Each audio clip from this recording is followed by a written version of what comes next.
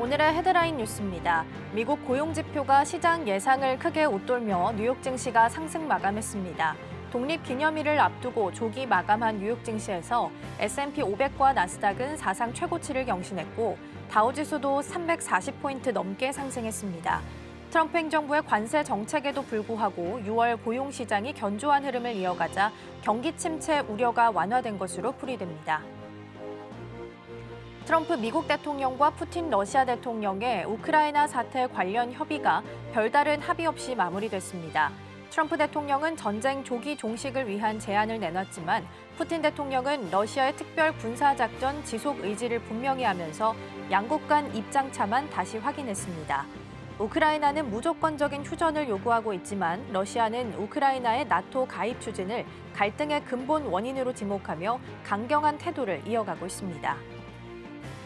이재명 대통령이 마르크 류터 나토 신임 사무총장과 통화를 갖고 한국과 나토 간 파트너십 강화 방안을 논의했습니다. 양측은 방산 협력을 비롯한 전략적 분야에서의 실질적 협력을 확대해 나가기로 했습니다. 류터 사무총장은 나토 정상회의에서 국가안보실장이 한국 정부의 협력 의지 표명에 감사를 표하며 향후 소통을 이어가기로 했습니다. 삼성전자가 3거래일 연속 상승세를 이어가자 7만전자 복귀 기대감이 다시 커지고 있습니다. 직전 거래일 삼성전자의 주가는 외국인 투자자의 주도로 4.93% 급등세를 이어갔습니다. 시장에서는 그간 소외되었던 삼성전자에 대한 순환매가 이뤄질 것으로 보고 있습니다.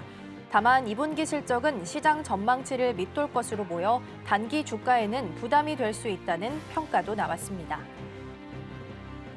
시청자 여러분 안녕하세요. 여러분의 성공 투자를 응원합니다. 출발 증시와이드 1부 시작합니다. 진행의 이가은입니다. 어제 뉴욕 증시는 독립기념일을 맞아 우리 시간으로 새벽 2시에 조기 폐장을 했습니다. 그 와중에도 S&P와 나스닥 지수는 사상 최고치가 나왔고요. 특히 S&P 같은 경우에는 올타임 하이 신고가가 나오기도 했습니다. 이렇게 지수를 잘 끌어줬던 건 데이터 덕분이었는데요. 고용 데이터가 서프라이즈하게 나오게 되면서 전반적으로 시장에서도 훈풍을 좀 부는 모습이었습니다. 더불어서 요 며칠 전달드렸던 감세안 같은 경우에는 하원을 통과하면서 이제 트럼프 대통령의 서명만을 남겨두고 있습니다. 이 감세안이 통과가 되었기 때문에 요 며칠 잘 흘러갔었던 국내 시장의 2차 전지주들이 다시 한번 차익의 빌미가 될지 혹은 이미 주가에 반영됐다라고 판단할지 개장 후에 지켜보시면 좋겠습니다. 자, 그럼 이어서 오늘 저희가 준비한 코너부터 소개해드리겠습니다. 오늘 첫 번째 코너로는 빅애플 스탁 준비되어 있습니다. 테슬라가 2분기 글로벌 판매량이 크게 줄어들었음에도 머스크 CEO는 미지근한 반응을 보이고 있는데요. 앞으로 로봇과 로보택시에 더 힘을 쏟겠다라는 의지로 해석할 수 있겠습니다. 관련된 내용 잠시 후에 확인해 보겠고요. 이어서는 넥스트 트레이딩 준비되어 있습니다. 어제 철강 반덤핑 제소와 관련해서 긍정적인 흐름을 기대하면서 철강 관련주들, 특히나 현대제철이 강세를 보였고요. 더불어서 현대제철은 개별적인 이슈로 아마존의 AWS와도 이슈가 있었습니다. 애프터마켓에서의 움직임도 잠시 후에 함께 확인해 보시죠. 자, 그럼 출발 증시와이드 1부 본격적으로 시작하겠습니다.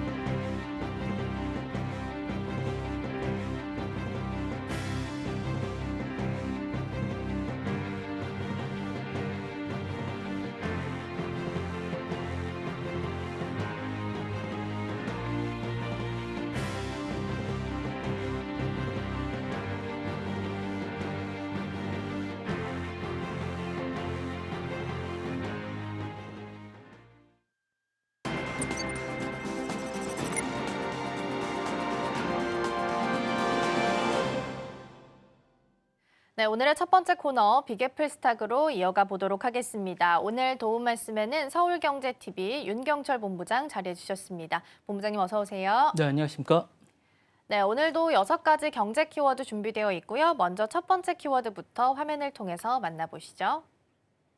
네, 오늘의 첫 번째 키워드는 트럼프 또 이겼다 보도록 하겠습니다. 트럼프 대통령과 미국 메이저 언론사 간의 충돌이 또다시 주목을 받고 있습니다. 결국에 이제 파라마운트가 트럼프 대통령에게 1,600만 달러, 우리 돈으로 하면 약 220억 원을 지급하기로 합의했다라는 소식이 전달됐는데요. 언론의 자율성이나 기업 윤리를 놓고 논란이 좀 일고 있습니다. 이번 합의가 시사하는 바는 어떤 부분들이 있을까요? CBS의 어쨌든 간판 프로그램인데 이제 그 모기업이 이제 파라마운트인데요. 그 파라마운트 6미니트 편집 논란이 도화선이었습니다. 이제 이 부분이 계속 이제 화제가 되고 요것을 어쨌든 트럼프 대통령이 어쨌든 소송을 했는데 이 부분에 대해서 어쨌든 소송에 대한 합의로 어쨌든 1,600만 달러 우리나라 돈으로 약 220억 정도에 대해서 지급하기로 합의를 했습니다.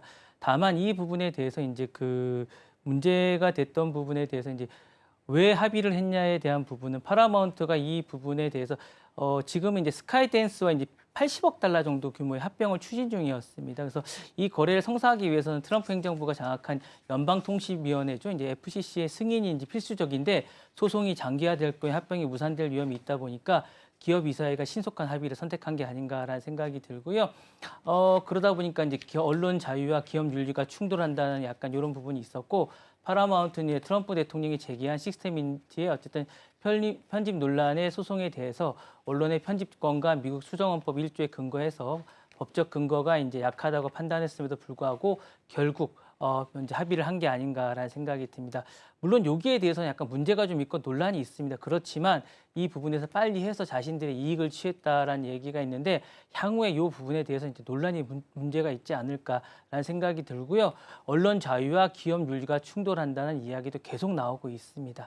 그 합의 조건과 후폭풍도 계속 나오고 있습니다. 이제 합의 조건은 어쨌든 합의금이 1,600만 달러인데 트럼프 대통령이 도서관에 기부되는 방식으로 지급되는데 파라마운트는 어떤 사과와 책임도 인정하지 않았습니다. 대신 이제 이 부분에 대해서 이제 방송 이후에 어쨌든 필요시에는 법적 안보와 일부 삭제 녹취에 대해서는 공개하기로 했지만 이 부분은 두고두고 나중에 논란이 되지 않을까라는 생각이 들고요. 이는 향후에 언론들이 어쨌든 정치 권력을 비판을 자제하거나 편집권 행사와 검열의 위축에 이어질 수 있다는 우려가 이어지지 않을까라는 생각이 들고 기업 윤리와 거래의 대가라는 또 이런 논란도 나오고 있습니다. 이제 그 결과 파라마운트 이사는 언론 자율보다는 경영권의 실익을 우선한다는 결정을 했기 때문에 이 비판에 직면해서 약간 자유롭지 않다는 이야기도 나오고 있습니다. 그리고 이제 사법의 형평성과 정치적 영향권이라는 이야기도 나오고 있습니다.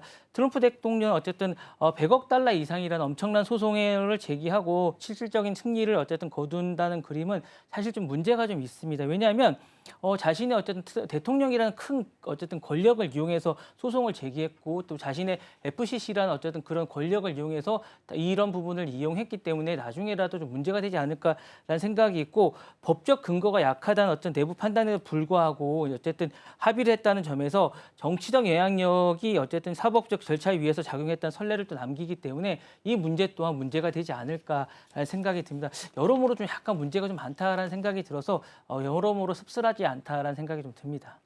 네, 기업 윤리랑 거래라는 거래 대가라는 비판에 직면할 수 있다라는 말씀 좀 주셨고요. 트럼프 권력 이용 소송 제기에 대한 문제성 대두될 수 있다라는 부분 함께 짚어봤습니다. 자, 그럼 이번 합의가 언론 자유나 기업 윤리 논쟁에 있어서는 어떤 영향을 주게 될까요?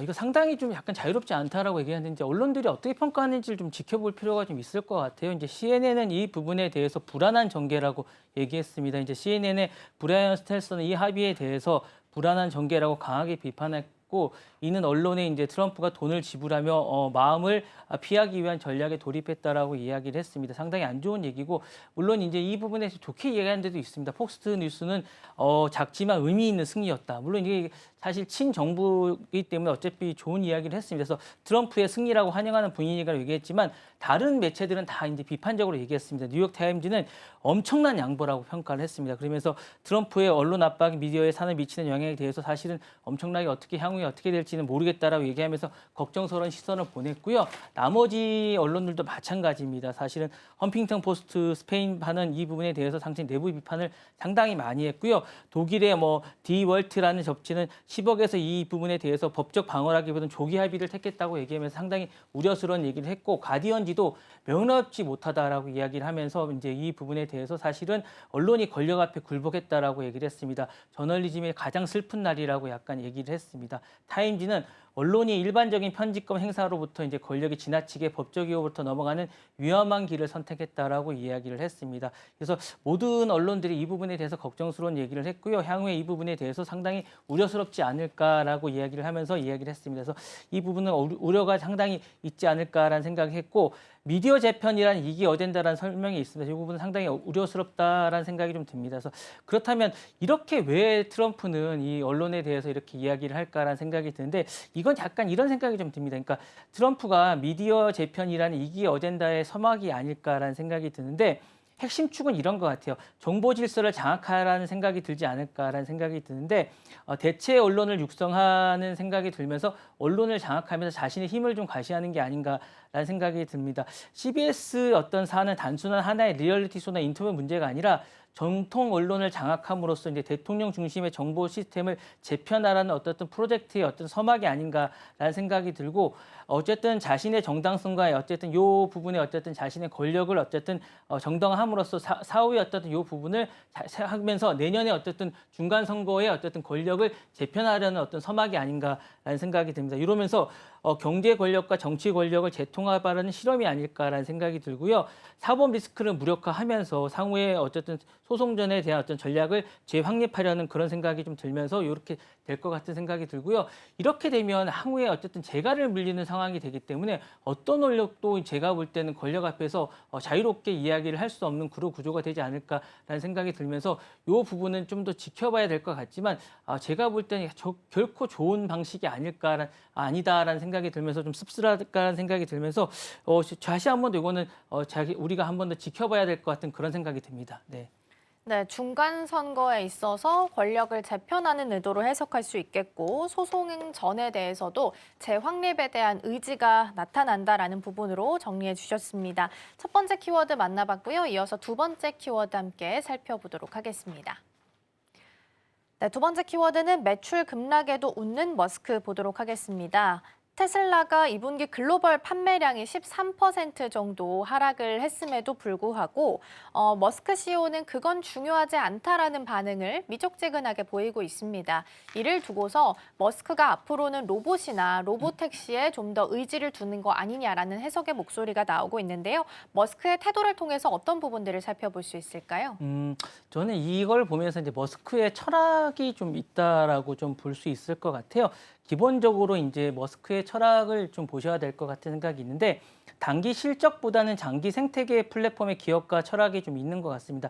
일론 머스크는 기본적으로 이제 테슬라도 단순한 자동차 제조사가 아닌 AI라든가 로봇 공학이라든가 에너지 생태 중심의 거대 기술 플랫폼으로 정의한다고 볼 수 있을 것 같은데 어떤 생각이 들고요. 테슬라는 이제 어떻든 자동차 기업으로 생각하는 것 같지가 않습니다. 그래서 그에 따르면 어쨌든 분기별 판매량은 하나의 전술적 지표일 뿐 핵심은 얼마나 강력한 기술 기반의 인프라를 가지고 있느냐가 중요하다고 이제 생각하는 것 같아요. 그래서 뭐 하나하나 지표는 그렇게 중요하다고 생각하지 않는 것 같고 이런 것들을 시장에 어필하는 게 아닌가라는 생각이 들어서 이런 것들이 주가에 반영되는 게 아닌가. 라는 생각이 듭니다. 실제로 머스크는 이런 분야보다는 다른 쪽에 좀 집중하고 있는 게 아닌가라는 생각이 들어서 테슬라, 뭐 옵티머스라든가 이런 부분에 집중을 하고 있고요. 그다음에 뭐 FSD라든가 그다음에 뭐 슈퍼컴퓨터라든가 에너지삼 이런 부분에 테슬라에 좀 더 많은 부분을 집중하고 있기 때문에 이런 부분을 시장에서 좀 봐달라고 이야기를 하고 있고 이런 지표가 테슬라의 진짜라고 이야기를 하고 있으면서 이 지표가 정말로 봐달라고 얘기를 하고 있어서 자동차 부분은 실질적으로 중요치 않고 많은 부분을 이런 쪽에 쏟고 있다라고 이야기를 하고 있습니다. 그래서 시장을 이끄는 건 사실은 자기가 이야기하고 있는 것은 사람은 숫자가 아니라 서사를 지배하는 자라고 리더십을 정확하게 이야기를 하고 있습니다. 그래서 이 부분을 봐야 된다라고 이야기를 하고 있어서 일론 머스크는 항상 숫자보다는 비전이 먼저라고 말하는 스타일입니다. 그래서 테슬라도 이런 부분을 가고 있다라고 이야기를 하고 있기 때문에 이 부분에 좀 더 이야기하고 있습니다. 그래서 테슬라는 회사가 아니다라고 이야기하면서 이제 물리적 현실과 알고리즘을 결합한 운영체제라고 이야기를 하고 있습니다. 실제 하락이 아니라 미래 변화를 방향성을 요게 얘기하고 있기 때문에 이 부분에 자세히 이야기하고 있다라고 이야기했습니다. 그래서 숫자가 구속을 서서 하는 탈출법을 누구보다 잘 아는 기업가라고 이야기했기 때문에 지금 말하고 있는 것들이 이렇게 숫자가 떨어져도 실질적으로 이제 아마 그 주식은 더 올라가는 게 아닌가라는 생각이 듭니다. 그래서 이런 것들이 아닌가라는 생각이 들고요. 일론 머스크의 단기 실적은 기업의 가치가 아니라 하나의 변수일 뿐이다라고 이야기를 하고 있고 그가 지향하는 건 로봇이 AI가 주행하는 에너지의 플랫폼 세상이면서 지금의 실적은 미래를 정당하는 통제의 희생이다라고 이야기하는 것이 아닌가라는 생각이 듭니다. 네, 머스크와 관련된 내용 살펴봤습니다. 중국 쪽의 6월 판매량이 이제 밤사이에 나왔는데 8달 만에 증가한 것으로 확인됐습니다. 이 부분은 좀 긍정적으로 해석을 할 수 있겠지만 워낙 또 오너 리스크가 있는 기업이다 보니까 밤사이에 이제 감세안 통과했고 대통령 서명이 이어지게 된다면 머스크 CEO가 어제 살펴본 것처럼 창당에 대한 이야기도 내놓고 있기 때문에 앞으로 주가가 어떻게 흘러가게 될지는 조금 더 보셔야 될 것 같습니다. 자, 머스크의 미래 비전에 테슬라의 주가는 어떤 영향을 미치게 될까요? 저는 잘 될 것 같아요. 그러니까 기본적으로 머스크는 과거에 여러 가지 실패해서 많은 것들을 좀 배운 것 같아요. 사실 머스크는 지금보다 단기 실적보다 생태계를 지배하는 것들에 대해서 이제 많이 배운 것 같습니다. 그러니까 예를 들면 이제 페이팔 시절에 이런 것 같습니다. 결제 시스템의 이런 것들에 대해서 많이 배운 것 같고요. 시장을 지배하는 것들은 신뢰 네트워크 때문이 있다라고 생각하는 것 같아서 기술보다는 어쨌든 사람들의 신뢰를 연결하는 것들이 많은 것들에서 이제 배운 것 같고요. 이제 기술이나 서사나 이런 것들에서 많은 것들을 배워왔다라고 생각하는 것 같고 이런 것들이 자신들에게 많은 것들이 왔다라고 생각하는 것 같고 미래 버전이 어쨌든 주가의 동력이라고 생각하는 것 같고 투자자들은 어쨌든 테슬라의 더 이상 단순한 자동차 회사가 아니라 AI라든가 자율주행이나 로보틱스의 기업으로 인식하고 있기 때문에 뭐 지금 비전이라든가 이런 발표나 이런 것들을 나올 때마다 테슬라가 단기적으로 이제 이런 것들 상승하는 걸 보이고 있습니다. 예를 들면 오스틴의 어떤 로보택시 서비스가 되자마자 주가가 하루 만에 급등을 했고 이런 것들이 오르기도 합니다. 그래서 이런 부분들이 이제 미래 주가의 동력이 되지 않을까라는 생각이 들고 있고 이런 것들이 실질적으로 많은 영향을 미치고 있습니다. 그래서 이렇게 실적 악화에도 주가가 이제 견고한 이유는 이런 것들인 것 같고요. 테슬라가 변모하고 있다는 것도 시장에서 그대로 알고 있는 게 아닌가라는 생각이 듭니다. 그래서 이런 것들이 있고 최근에 전기차 판매 부진에도 실적 악화, 경영지 이탈에도 부정적 이슈에도 불구하고 시장은 머스크의 미래 비전, 그다음에 프리미엄을 많이 부여하고 있는 것 같습니다. 그래서 이는 이제 차량 산업은 3분의 1, 나머지 비전 프리미엄이라는 분석과 일치하지 않나라는 생각이 듭니다. 그래서 AI, 자율주행, 로봇 산업, 신산업이 상용화될 거에 어쨌든 테슬라 수익 구조는 완전히 바뀔 수 있다는 게 기대감이 어떤 주가를 지지하고 있다는 판단이 듭니다. 그래서 웨드부시든 주요 증권사도 AI 자율주행 사업만으로 1조 이상의 가치가 있다고 평가하고 있고 2026년에는 2조 달러 또 가능하다고 전망하고 있다라고 판단이 됩니다. 그래서 이런 것들이 향후에 어쨌든 테슬라의 가치를 상승하지 않을까라는 생각이 들고요. 시장의 리스크와 인식의 과제는 있지만 향후에 자율주행을 독점하면 향후에 더 많은 가치를 창출하지 않을까라는 생각이 듭니다. 네, 머스크의 주가가 향방을 어떻게 가져가게 될지 좀 보셔야 될 것 같고요. 트럼프 대통령이 감세안과 관련해서는 7월 4일 안에 마무리 짓는 것을 목표로 하고 있습니다. 하원에서 통과가 됐기 때문에 지금 아마 일정대로 진행이 될 것으로 보이고요. 그렇다면 그 이후에 머스크는 어떤 발언을 내놓게 될지 꼭 함께 보시면 좋겠습니다. 자, 두 번째 키워드 살펴봤고요. 이어서 세 번째 키워드 함께 만나보시죠. 네, 다음 키워드는 리플 은행 신청 보도록 하겠습니다. 가상자산 시장이 새로운 전환점을 맞고 있습니다. 리플이 미국 연방은행 면허를 공식 신청한 것으로 알려져 있는데요. 가상자산 기업이 주류에 있는 금융 시스템으로 편입되기 위한 중대 시도로 해석하고 있습니다. 어떤 부분에서 의미를 찾아볼 수 있을까요? 자신들이 달러를 대체하겠다는 것 같아요. 리플이 이런 의미인 것 같아요. 그래서 제도권으로 들어가겠다는 의미인 것 같고요.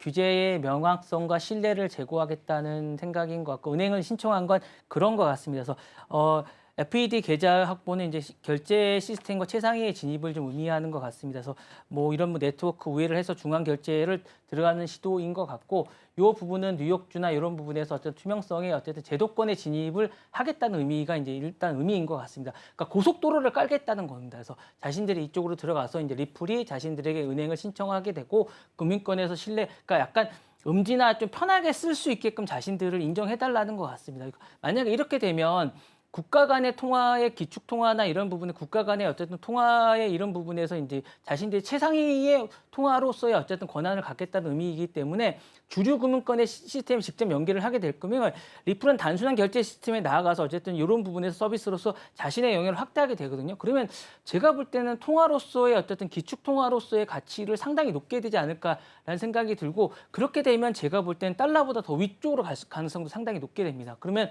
이렇게 될 경우에는 산업 내 결제 경쟁이라든가 선제적 대응도 가능하게 될 거고 장기적으로는 제가 볼 때 기축 통화로서의 가치도 되지 않을까라는 생각이 듭니다. 그래서 이 부분은 그런 의미를 갖게 될 것 같고요.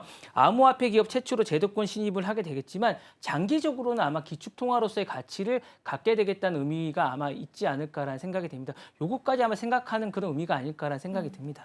네, 가상자산이나 스테이블 코인이 글로벌리하게 움직임이 좀 나오고 있습니다. 그중에서 리플이 좀 앞장서서 주류에 있는 금융 시스템으로 편입되기 위한 움직임을 좀 보이고 있는 상황인데요. 스테이블 코인을 넘어서서 은행업 진출, 리플은 왜 이런 움직임을 지금 보여주고 있는지도 궁금하실 것 같거든요. 네, 제가 좀 전에 말씀드렸다시피 제도권 금융의 본격적인 융합이 좀 있는 것 같아요. 장기적으로는 이제 말씀드렸다시피 이 부분은 이런 것 같아요. 국경 없는 실시간 결제를 하겠다는 생각인 것 같아요. 이렇게 되면 향후에는 어쨌든 자신들이 이제 이 부분을 통해서 이제 자신들은 제도권 금융과 본격적인 융합을 하게 되면 이게 어쨌든 중개은행 없이 어쨌든 자신들이 정산이 가능하기 때문에 절감이라든가 속도나 이런 게 되면 어쨌든 국제적 통화가 되는 상황이 되는 거거든요. 그러면 이제 스테이블 코인이 디지털 자산으로 급속도로 이제 급상승이 되게 되면 시장 구조와 경쟁의 구도가 될 것 같고 기간에 어쨌든 성장이 가속화되면 글로벌 규제나 이런 부분에서 상승이 되고 어쨌든 신뢰가 높아지면 결제가 되면 어쨌든 기축 통화가 될 가능성이 상당히 높습니다. 그러면 이거는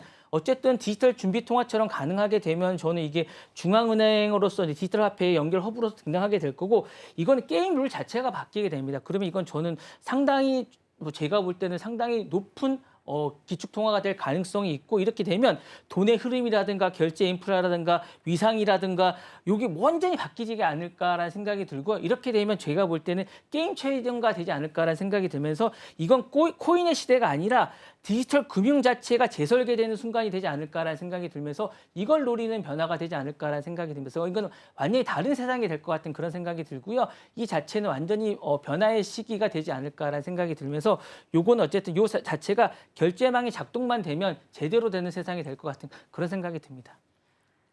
네, 디지털 금융 자체가 다시 한번 재설계되는 것일 수 있다라는 말씀 주셨고요. 리플로 따로 떼서 본다면 스테이블 코인을 넘어서서 종합 디지털 은행으로서 자리 잡기 위한 노림수일 수 있겠다라고 정리하겠습니다. 자, 그럼 이어서 네 번째 주제 먼저 만나보시죠. 네 번째 주제는 트럼프 수익 1순위 코인입니다. 트럼프 대통령이 최근에 몇 달 새에 암호화폐를 통해서 6억 2천만 달러를 벌어들였다라는 기사 보도가 됐습니다. 특히나 재산 중에서 디지털 자산에 대한 비중이 크게 늘어나고 있다는 부분도 눈여겨볼 만한데요. 이런 변화가 시사하는 바는 어떤 부분들이 있을까요? 트럼프 그룹이 사실은 이제 출발 자체가 부동산이었잖아요. 근데 이제 최근에 이제 그 자체가 부동산 비중보다 이제 암호화폐의 비중이 상당히 많이 늘었다라는 것 자체를 보시면 상당히 좀 유의미한 것 같습니다. 그래서 그 부분은 상당히 좀 여러 가지로 의미가 좀 있는 것 같고요. 그 자체가 왜 그런지는 좀 약간 좀 살펴볼 필요가 좀 있을 것 같아요. 그래서 이 부분은 아마 이런 것 같아요. 정부로부터 자유로운 자산, 권력 독립한 자산을 확보한 의미가 있는데 근데 약간 이건 좀 위험한 것 같기도 합니다. 왜냐하면 이 코인 자체가 약간 위험한 자산이기 때문에 좀 위험한 것 같은데 어쨌든 부동산은 미국 법원이나 정부 제재가 되기 쉽긴데 반면에 이건 그렇지가 않습니다. 그런 측면에서 약간 좀 그렇다라는 생각이 좀 있고 감시를 덜 받기 때문에 그런 게 아닌가라는 생각이 듭니다. 반면에 암호화폐는 글로벌 분산이 저장이 가능하고 신속하고 어쨌든 이거는 좀 익명성이 좀 있기 때문에 그런 게 아닌가라는 생각이 좀 있습니다. 그래서 트럼프 대통령은 정치적 위협에 노출될 수 있다라는 측면이 좀 강한 분이시잖아요. 그렇기 때문에 아마 정부 개입을 피해갈 수 있는 방어 자산을 좀 늘린 게 아닌가라는 생각이 좀 첫 번째로 좀 있는 것 같고요. 두 번째로는 금융 시스템의 전환을 좀 얘기한 것 같아요. 트럼프 대통령은 이런데 약간 좀 발빠른 분이십니다. 그러니까 탈달러를 미리 대비한 게 아닌가라는 생각이 들면서 트럼프 대통령은 이 부분에 대해서 FED랑가 SEC랑가 IRS 기존 통화 당국으로부터 이제 자신에 대해서 딥스테이트를 약간 늘 의심하기 때문에 이 부분에서 탈라 패권이 무너지는 구조에 대해서 약간 좀 직감한 게 아닌가라는 생각도 좀 들어요. 우선 디지털 자산을 제2의 금으로 생각해서 관점을 내면화하다 보니까 본인은 암호화폐를 좀 약간 많이 신뢰하다 보니까 달러 체제 이후의 시대를 준비하는 정치인이자 자산가로서 이제 미리 준비했던 게 아닌가라는 생각도 들고 코인 보유 이후에 이제 어떤 생태계 규제자 수혜자로 이제 전환을 하면서 이 부분을 많이 보유했다라는 생각도 듭니다. 그래서 이렇게 했다는 생각이 들고 정치 지지층을 확대하다 보니까 이제 코인 커뮤니티를 전략적 연합으로서 이제 많이 보유했다라는 생각이 들면서 이렇게 했다는 생각이 들면서 이제 코인을 많이 보유한 게 아닌가라는 생각이 들면서 이러다 보니까 자신의 코인을 좀 더 많이 보유한 이렇게 된 게 아닌가라는 생각이 듭니다. 네, 디지털 자산에 대한 비중이 자산 포트폴리오 안에서 좀 늘어가고 있다라는 부분이 굉장히 유의미한 상황이고요. 블룸버그 통신에 따르면 트럼프 가상자산 보유액은 약 8,500억 원 정도로 나타나고 있습니다. 자, 그럼 이렇게 디지털 자산에 대한 비중이 계속해서 늘고 있는 상황인데 트럼프 일가의 재산 안정성에 있어서는 어떤 영향을 주게 될까요? 이렇게 되면 정책 자체가 많이 바뀔 거예요. 이게 권력가잖아요. 그러면 이제 본인 자체는 뭐 이렇게 되겠지만 저는 이제 나라의 권력 자체가 많이 바뀔 것 같아요. 그러면 이제 친암호화폐를 넘어서 암호화폐 주도 국가 전략을 채택할 수밖에 없습니다. 그러니까 저는 이제 약간 걱정스럽기도 한데 사실 트럼프 암호화폐 보유는 사실 이제 정책 이권에 직결된 구조를 이분은 그런 거 개의치 않거든요. 그래서 그런 게 많이 바뀔 것 같고 결과적으로는 어쨌든 적극적 친코인 정책이 예상됩니다. 그래서 이미 지금 SEC라든가 뭐 CFTC 감독기관 권한이 축소가 됐고요. 명확하게는 거의 하지 않습니다. 아무 일도. 그리고 이제 과세 정책이라든가 이런 부분들도 많이 완화됐고 이미 보시면 아시겠지만 자기 뭐 백악관으로도 많은 분들을 초청해서 뭐 행사도 하고 암호화폐 날도 하고 막 이렇게 하지 않습니까? 그리고 이제 채굴 인프라라든가 권력 보조금이라든가 이런 것들을 많이 보호하게 되고 세액 공제도 해주고 있습니다. 그래서 규제 프리존도 지정을 하고 있고 이런 식이고 암호화폐 입고로 어쨌든 뭐 국가 산업이라는 패러다임도 명분하고 있는 이런 상황이다 보니까 국가 단위 어쨌든 암호화폐 정책을 많이 바뀌게 되지 않을까라는 생각이 들고요. 중앙은행도 어쨌든 디지털 화폐를 강력하게 반대하는 조치에서 금지 조치 가능성도 상당히 높게 되지 않을까라는 생각이 듭니다. 그래서 이건 단지 화폐가 어쨌든 철학의 차이가 아니라 나는 통제보다는 자유를 선택한다는 이념의 메시지를 전달하면서 전반적으로 많은 변화가 있지 않을까라는 생각이 들고 연방정부와 민간 블록체인의 확대되지 않을까라는 생각이 들면서 암호화폐 기술의 어쨌든 연방기관이라든가 국방이라든가 외교에 어쨌든 국가의 많은 자산을 암호화폐 쪽으로 쓰지 않을까라는 생각도 듭니다. 그래서 사실 이게 옳은 건지는 잘 모르겠지만 이게 어쨌든 자신의 어떤 재산을 위해서 국가의 권력이라든가 기관에 많은 힘을 쏟게 된다라는 생각이 들고 암호화폐를 디지털 패권의 인프라로 제정해 하면서 국가의 전략에 어쨌든 많은 전략 산업으로 편입하게 될 가능성도 상당히 높습니다. 그리고 친국가 블록을 반국가 코인으로 이제 구분 정책을 하면서 이런 부분도 아마 힘을 쏟게 되지 않을까라는 생각이 들면서 국민 참여형 국가의 어떤 주의를 정치 캠페인을 가속하게 될 가능성도 상당히 높습니다. 그래서 결론을 말씀을 드리자면 트럼프 자산 이동은 국가 정책의 곧 이꼬는 이제 국가 정책의 전환 선언이다라고 말하면서 자신의 많은 자산을 불리기 위해서 국가의 많은 어떤 권력이라든가 자산을 활용하게 될 가능성이 상당히 높다라고 말씀드리고 싶습니다. 네, 어찌됐든 간 트럼프 대통령이 디지털 자산에 대한 비중을 높여가게 된다면 정책 자체도 긍정적인 방향으로 흘러갈 수 있겠다라는 말씀 주셨습니다. 자, 그럼 이어서 5번째 키워드 넘어가 보도록 하겠습니다. 네, 다음 키워드는 AI 월 $200 요금제 보겠습니다. AI 검색 시장 안에서 챗 GPT랑 같이 대항하는 또 플랫폼이 퍼플렉시티입니다. 그런데 파워 유저를 위한 새로운 프리미엄 요금제를 선보였는데요. 월 $200 하나로 하면 한 27만 원 정도 된다고 합니다. 퍼플렉시티의 이런 가격 전략이 시사하는 바는 어떤 부분들이 있을까요? 일단은 약간 그런 것 같아요. 이제 슈퍼 프리미엄 세부나 이제 파워 유저를 약간 구분한 전략을 좀 한 것 같아요. 사실은 이게 대부분 다 적자입니다. 지금 기본적으로 AI를 쓰는 많은 부분들이 이제 이 부분 적자기 때문에 이는 사실 이제 오픈 AI라든가 구글이라든가 이 부분 리더리 최근 $2 이제 이런 부분을 이제 고가를 다 출시하고 있는데 요거에 맞춰서 이제 어쨌든 대중용이라든가 요 부분에 대해서 반영을 하는 것들을 따라가는 측면이 좀 강하고요. 요 부분에 대해서 파워 전략을 하고 있다라는 측면이 좀 있고 두 번째는 이제 자신들의 수익화를 다시 한 번 더 이제 전략을 강화하기 위한 전략이 아닌가라는 수익성을 좀 더 높이기 위한 전략이 아닌가라는 생각이 있습니다. 왜냐하면 퍼플렉시 자체도 약간 지금 약간 수익이 안 좋기 때문에 이 부분을 성장을 높이기 위한 전략이라고 말씀드리고 싶습니다. 그래서 AI는 대규모 클라우드와 인프라 이걸 하고 있는데 운영 비용이 매우 높기 때문에 단순한 저가 전략으로는 수익을 만들기가 어려운데 이 부분을 통해서 어쨌든 생존을 높이기 위한 전략이라고 할 수 있을 것 같고요. 맥스 요금은 소수의 헤비 유저로부터 높은 마진을 확보하고 사실은 기술 투자와 서비스 혁신을 마련한 동시에 기업 가치에 대한 높은 어떤 중요한 방어의 이런 전략 중에 하나이기 때문에 이건 어쩔 수 없이 하기 위한 전략이라고 할 수 있을 것 같습니다. 이제 세 번째로는 AI 생성성 플랫폼과 이제 생태계를 좀 확인하기 위한 거라고도 할 수 있을 것 같아요. 그래서 퍼플렉시는 단순한 검색 엔진을 넘어서 AI의 어떤 기반의 업무의 자동성과 이제 웹에 대한 어떤 생성성 플랫폼을 진화하려는 포석이 보이는데 랩스라든가 이제 코메트나 신규 도구 플랫폼을 이제 하려고 하는 의도가 있는데 이런 전략은 이제 단순한 실제 연구와 이제 자동화의 이런 걸 보여줍니다. 그래서 이런 것들은 이제 이런 헤비 유저와 높은 전략들을 사용하는 사람들의 어쨌든 이런 것들의 어떤 데이터가 좀 필요한데 이런 사람들의 사용자들이 좀 필요한 부분들이 있었기 때문에 이런 사용자들을 좀 모으기 위한 것들에 좀 이런 것들이 좀 있고요. 네 번째로는 산업 전반에 이제 파워 유저들의 경쟁이 본격화된 게 아닌가라는 생각이 들면서 이런 것들을 다 모으기 위한 것들을 위한 어떤 전략이 아닌가라는 생각이 듭니다. 네, 단순한 이 저가 전략으로서는 수익을 확대하는 데 있어서 좀 한계를 느꼈기 때문에 수익성을 개선하기 위해서 이런 프리미엄 요금제를 내놨을 수 있겠다라는 말씀 주셨습니다.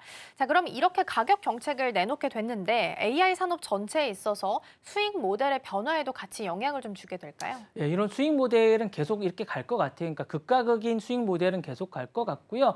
이런 것들은 어쨌든 급격하게 이동하게 될 것 같습니다. 사용량이 어쨌든 기반의 과금이라든가 기능의 프리미어 강화라든가 시장의 양극화 전략은 계속 가게 될 것 같습니다. 이제 앞으로 AI의 가격 구조는 더욱 복잡해질 것 같고요. 어쨌든 개인과 개인의 어쨌든 이런 부분들은 무엇을 어떻게 얼마나 쓰냐에 따라 비용 가치는 계속 맞춤형으로 가게 되지 않을까라는 생각이 드는데 이런 건 하이엔드 요금제는 확산하게 되지 않을까라는 생각이 됩니다. 단순한 챗봇을 넘어서 프로그램의 자동화라든가 이 부분은 가격 경쟁은 정말 형성은 다양하게 되지 않을까라는 생각이 듭니다. 왜냐하면 이 부분은 사람들에 따라서 너무나 AI의 요구는 다양해지고 있기 때문에 어쩔 수 없는 방법이라는 생각이 들고 AI 전체의 수익 모델은 근본적인 변화를 보여주는 게 아닌가라는 생각이 들고 사용의 성과라든가 기본의 전환이라는 생각이 들고 AI 기능과 프리미엄 양극화될 수밖에 없다는 생각은 첫 번째로 듭니다.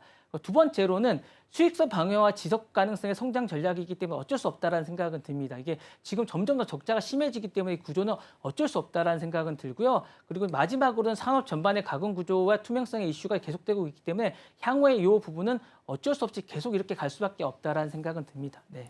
네, AI 운영비가 계속해서 증가하고 있는 움직임 나타나고 있기 때문에 충성도 기반의 과금 구조가 확산될 수 있다라고 말씀 주셨습니다. 자, 다섯 번째 키워드도 정리하고요. 마지막 키워드 먼저 만나보시죠. 네, 마지막 키워드는 아이폰 인도 생산 위기 보도록 하겠습니다. 미국이 이제 애플한테 중국 의존도를 낮춰라라고 지시를 했고 그 대안으로 애플이 선택했던 곳 중 하나가 인도였습니다. 그런데 지금 인도에서 뜻밖의 제동에 걸렸다라고 하는데요. 폭스콘이 인도 내 아이폰 공장에서 300명 이상의 중국 엔지니어를 철수시켰다라는 기사가 보도가 됐습니다. 이번 조치는 어떤 부분들의 의미를 좀 찾아볼 수 있을까요? 이게 말이 좋아 철수지 제가 볼 땐 도망간 거예요. 되게 황당할 것 같습니다. 제가 볼 때 되게 황당할 것 같은데 아니 폭스콘이 인도에 어쨌든 자기네 숙련된 공장 300명을 엔지니어를 말이 좋아 철수지 이게 그냥 도망간 겁니다. 사실 이게 말이 되는지 잘 모르겠는데 이게 정말 이렇게 해도 되는 건지 잘 모르겠는데 이게 이렇게 되는지 잘 모르겠습니다. 어쨌든 중국의 이걸 어쨌든 중국 기술자를 어쨌든 이게 도망간 건데 이번 철수는 이제 이유는 공개되지 않았습니다. 이제 복수의 소식통을 통해서 이제 중국의 정부가 동남아의 기술 이전과 숙련된 억제하라는 압력에 어쨌든 그걸로 그러니까 그런 걸로 됩니다. 사실은 이제 중국이 자국의 제조 생태계와 이런 것들을 위해서 제동을 건 걸로 표시가 됩니다. 그래서 이 부분은 사실은 상당히 애플이 화가 나 있을 것 같은 생각이 듭니다. 그래서 이게 사실 폭스콘에게 나중에 이게 하청을 줄지 말지도 아마 고민을 하지 않을까라는 생각이 들고요. 중국의 기술과 인적에 대한 지정학적 압박이 아닐까라는 생각이 첫 번째로 들고 두 번째로 인도에 대한 생산에 대한 단기적 타격은 또 있을 것 같아요. 그래서 되게 화가 날 것 같은데 철수된 중국의 엔지니어들은 어쨌든 생산 라인 구축이라든가 품질 관리라든가 인도에 대한 핵심 역할을 했던 사람이라 정말로 타격이 있을 것 같은 생각이 듭니다. 그래서 단지 어쨌든 현지 속도는 제품 차질은 크게 흔들리지 않겠지만 공정이라든가 효율적에 대한 단기적으로 떨어질 수 있다. 이게 뭐 피해가 있다는 얘기예요. 그래서 이게 말이 됩니까? 말이 됩니까? 이게 어쨌든 런어웨이 했다는 건데 도망갔다는 얘기인데 이게 약간 문제가 있는 것 같고요. 세 번째로는 애플 공급망의 다변화에 대한 어떤 한계의 노출이 이제 생긴 겁니다. 이렇게 중국이 몰래 빼돌려서 다시 본국으로 이동했다는 거고요.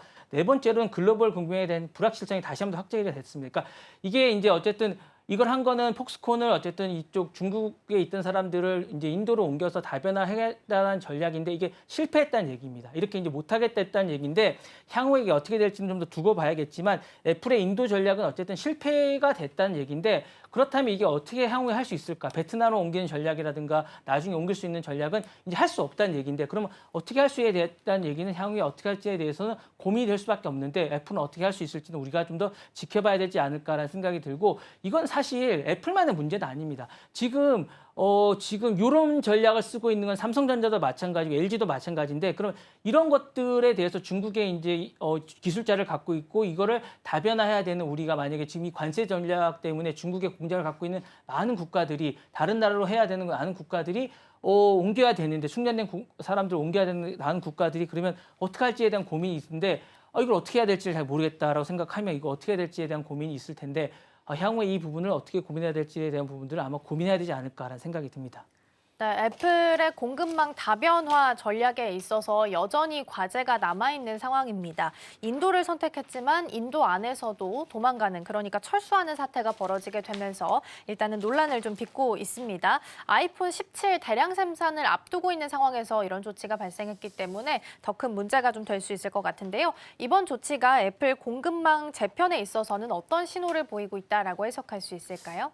당연히 문제가 될 것 같습니다. 그래서 어쨌든 리스크로 부각이 될 것 같고요. 그다음에 중국의 기술의 노하우나 인력이 제어함으로써 이제 이게 취약할 수밖에 없고 제가 볼 때는 장기적으로는 이제 중국 공장에는 이런 것들을 투자를 안 할 것 같습니다. 제가 볼 때는 안 하게 될 것 같고 인도 확제나 이런 부분이 현실적인 노출은 될 것 같습니다. 그래서 대량 생산이나 이런 부분에 어쨌든 품질에 불가피하게 노출이 될 것 같은 생각이 있고 공급망의 다양성이나 이런 부분에 어쨌든 확대할 부분에 대해서는 어쨌든 이 부분을 다시 한번 재고하지 않을까라는 생각이 들고 글로벌 IT에 전반적으로 보내는 신호가 있습니다. 그러니까 이 부분에서 중국에 투자를 할 때 옮기는 부분에서 신중할 수밖에 없다라는 생각이 들고 이번 조치는 어쨌든 애플의 탈중국 전략의 지정학적 변수와 통제력 구조에서 한계에 직면했음을 분명히 보여주고 있습니다. 그래서 이 부분이 생산지 이전을 넘어서 어쨌든 우리가 리스크를 다시 한 번 더 필수적이라는 부분에서 고민을 할 수밖에 없고 중국의 투자에 있어서 이런 부분들을 모든 어쨌든 기업들은 다시 한 번 더 생각해봐야 되지 않을까라는 생각이 듭니다.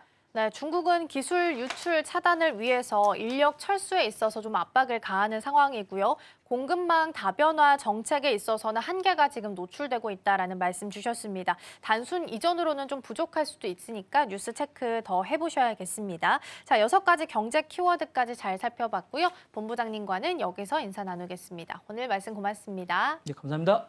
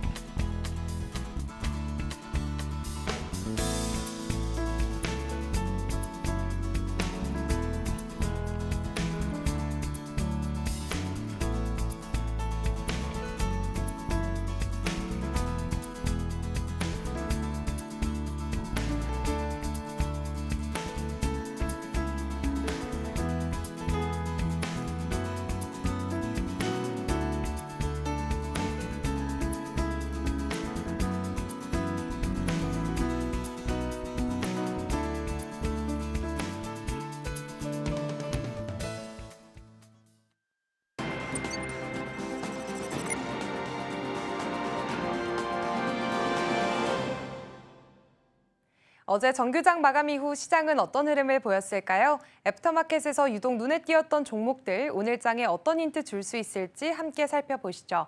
먼저 상승률 상위 종목 살펴보겠습니다. 로키텔스케어가 상한가 터치하면서 1위 차지했고요. 넵튠 23%, 아이스크림 미디어 20% 이상의 상승세 보였습니다. 그리고 현대제철과 FST도 나란히 18% 안팎의 오름세 보였습니다. 다음으로는 하락률 상위도 살펴보겠습니다. 일진전기 10% 급락하는 흐름 보였고요. YG플러스와 다우데이터 그리고 아난티까지 나란히 8% 빠졌습니다. 그리고 HD 현대인프라코어까지 7% 빠지면서 어제 흐름 보여줬는데요. 애프터마켓에서 투자자들의 시선이 향했던 종목들 그 이슈 자세히 살펴보겠습니다. 넥스트레이딩 지금 시작합니다.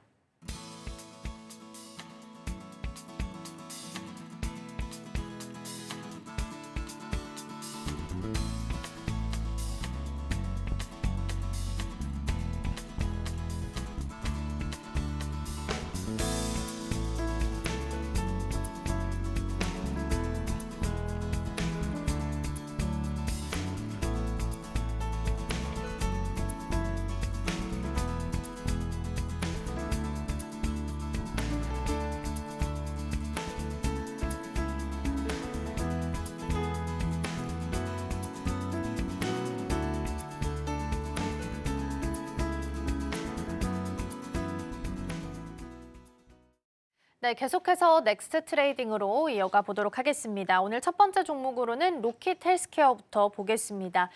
AI 소프트웨어 관련해서 특히나 의료 AI로 엮이는 대표적인 종목 중에 하나인데요. AI 기반으로 피부암을 치료하는 임상 성공 소식이 전해지면서 애프터마켓에서 큰 폭의 상승세를 보였습니다. 자세한 내용부터 좀 점검을 해볼까요? 네, 로키텔스케어는 어제 일본 도쿄에서 열린 일본 창상외과학회에서 세계 최초로 AI 기반 피부암 재생 치료의 성공 사례를 공식 발표를 했습니다. 이번 임상이 주목받은 이유는 기존엔 수술이나 이식이 어려웠던 고령의 피부암 환자에게 AI 재생 치료만으로 4주 만에 정상 피부 조직을 완전히 복원했다는 점인데요.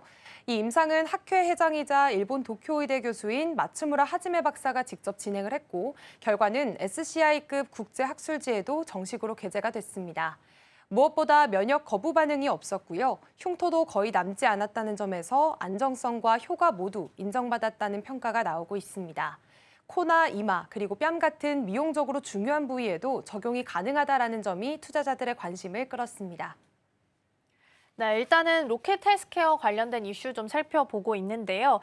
로켓 헬스케어는 사실 상장했을 때 재무 구조에 대한 우려도 좀 있었고요. 수요 예측이 좀 부진했다라는 측면에서 주목을 좀 덜 받은 부분도 좀 있긴 했거든요. 이런 발표가 이번 발표를 통해서 이런 불안감을 좀 해소시켜 줄 수 있는 계기도 될 수 있을까요? 네, 우선 로키텔스케어는 지난 5월에 기술 특례 제도를 활용을 해서 코스닥에 상장을 했습니다. 당시에는 자본 잠식 우려라든지 공모가가 희망밴드 하단에서 확정됐다는 점 때문에 투자자들 사이에서는 리스크로 인식됐던 부분이 있었습니다. 그런데 이번에 발표된 임상 결과를 통해서 시장에서는 단순한 기술 보유를 넘어 이제는 의료 현장에서 쓸 수 있다는 걸 보여줬다라는 평가를 내리고 있고요. 무엇보다 이번 임상이 단순 발표 수준이 아니라 일본 학회에서 직접 공개가 됐고 또 국제학술지에도 정식으로 게재됐다는 점에서 기술에 대한 신뢰도도 한층 높아졌습니다. 또 최근에는 AI 기반 바이오 기술에 대한 관심 자체가 커진 시점입니다. 그렇기 때문에 이번 임상 발표가 여러 기대감을 자극하면서 주가에도 바로 반응이 나타났습니다. 네, 로킷 헬스케어 먼저 첫 번째 종목으로 살펴봤고요. 지금은 1.9% 넥스트 트레이드 기준으로 하락세 연출되고 있습니다. 오늘 시장 흐름 좀 지켜보셔야겠고요. 다음 종목으로는 현대제철 살펴보겠습니다. 아마존과의 개별적인 좀 이슈가 있어서 어제 큰 폭의 상승세를 좀 보였었는데요. 구체적으로 어떤 내용이었는지 살펴보겠습니다. 네, 현대제철은 최근 미국 시애틀에 있는 아마존 본사에서 아마존 웹서비스와 전략적인 협약을 맺었다고 밝혔습니다. 이번 협약에서 나온 핵심은 크게 두 가지였는데요. 먼저 현대제철이 국내 사업장의 생산관리 시스템과 데이터 분석 업무를 AWS 클라우드로 전환하겠다는 계획을 발표했습니다. 쉽게 말해서 공장 데이터를 클라우드 기반으로 실시간 수집을 하고 분석을 해서 AI를 활용한 스마트 공장 체계로 바꾸겠다는 건데요. 이게 철강 업계에서도 이제는 본격적인 디지털 전환이 시작됐다라는 의미로 받아들여졌습니다. 두 번째는 AWS가 앞으로 짓는 데이터 센터 건설에 현대제철의 친환경 철강제를 적용하는 방안도 함께 논의됐다는 점입니다.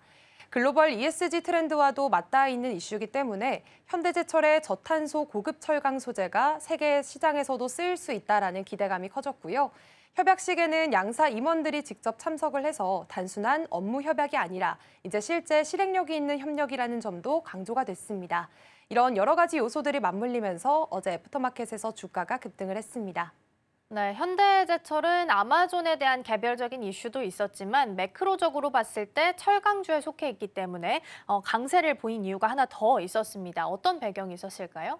네, 어제 현대제철 주가가 오른 데는 이렇게 AWS의 협력 소식도 물론 있긴 했지만 철강업종 전체를 둘러싼 긍정적인 흐름도 함께 작용을 했습니다. 우선 가장 큰 이슈는 중국의 철강 감산 가능성입니다. 중국은 전 세계 철강 생산의 절반을 차지하는 나라인데요. 최근에는 공급 과잉을 줄이기 위해서 하반기부터는 본격적으로 감산에 나설 수 있다는 전망이 나왔습니다. 실제로 5월 생산량은 전년 대비 7% 줄었는데요. 이렇게 중국이 생산을 줄이면 글로벌 철강 가격이 오를 수 있다는 기대감이 생깁니다. 그리고 또 하나는 미국과 베트남 간의 관세 인하 합의 소식 때문입니다. 트럼프 대통령이 베트남과 무역 합의를 맺으면서 46%였던 관세를 20%로 대폭 낮추기로 했다는 소식이 얼마 전 전해졌습니다.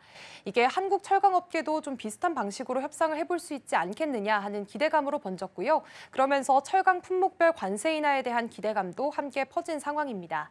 이렇게 수급 기대와 통상 이슈가 동시에 작용을 하면서 어제는 포스코 홀딩스, 동국제강까지 철강주 전반이 강세를 보였고요. 그중에서도 개별 호재까지 겹친 현대제철이 가장 두드러진 상승세 보였습니다. 네, 어제 시장의 특징 중에 하나가 또 소외주들의 반란이었습니다. 소외주라고 하면 또 철강 섹터를 빼놓을 수 없는데요. 중국 쪽에서 일단 공급단을 조절한다라는 이야기가 나왔고 더불어서 이제 중국산 반덤핑과 관련된 제소 결과가 조만간 나올 것으로 보입니다. 그런데 이게 아마 긍정적으로 나오지 않겠느냐라는 기대감이 같이 모이게 되면서 철강주 전반적으로 시세를 같이 힘을 좀 보태주는 모습이었고요. 현대제철은 지금 시각 기준으로는 2.5% 하락을 하고 있습니다. 어제 한 16% 상승을 했는데 그에 비해서는 일단은 차익이 좀 빌미가 되면서 나오는 것으로 풀이되고 있습니다. 자, 현대제철 살펴봤으니까 이번에는 삼성전기로 넘어가 보도록 하겠습니다. 삼성전기도 어제 눈에 띄는 움직임이 좀 있었습니다. 상승 배경부터 먼저 살펴볼까요? 네, 삼성전기 주가가 크게 오른 데는 아무래도 신사업에 대한 기대감이 커졌기 때문입니다. 특히 최근 삼성전기의 실리콘 커패시터가 삼성전자 갤럭시 Z 플립 7에 대량 공급된다는 소식이 전해졌는데요. 이 실리콘 커패시터는 기존에 많이 쓰이던 MLCC보다 더 작고 얇으면서도 전기를 훨씬 빠르게 제어할 수 있는 고성능 부품입니다. 그동안은 일본 업체들이 주로 시장을 차지하고 있었는데 이번에 삼성전기가 갤럭시에 처음으로 이 부품을 탑재하면서 이제는 본격적인 상용화에 들어갔다라는 신호로 받아들여졌습니다. 특히 삼성전자는 올해 9월까지 Z 플립 7 시리즈를 220만 대 이상 생산할 예정인데요. 그중 상당량을 삼성전기가 공급하게 될 거라는 기대가 나오면서 부품 매출 확대에 대한 기대감이 주가에 반영이 됐습니다. 게다가 삼성전기는 이 부품을 AI 반도체나 서버용 제품군으로도 확장할 계획이기 때문에 이번 공급을 계기로 해서 신사업이 본격 궤도에 오를 수 있다는 전망도 함께 나왔습니다. 네, 삼성전기는 사실 이뿐만 아니라 여러 가지 다양한 사업 포트폴리오를 구성하고 있는 것도 특징이긴 한데요. 상승 흐름을 좀 더 큰 그림에서 살펴본다면 어떤 의미를 좀 살펴볼 수 있을까요? 네, 삼성전기는 최근 몇 년 사이에 사업 방향을 전통 IT 중심에서 AI나 자율주행 그리고 서버처럼 고성장 산업 중심으로 재편을 해왔습니다. 그중에서도 지금 가장 주목받고 있는 게 바로 유리기판입니다. 이 유리기판은 기존 반도체 기판보다 훨씬 얇고 평탄해서 고성능 AI 칩이나 HPC, 자율주행 시스템 같은 고집적도 반도체에 꼭 필요한 핵심 기술인데요. 개발 난도가 굉장히 높아서 아직 상용화에 성공한 기업은 없습니다. 하지만 삼성전기는 이미 시험 생산 라인을 돌리고 있고요. 2027년 하반기 양산을 목표로 준비 중에 있습니다.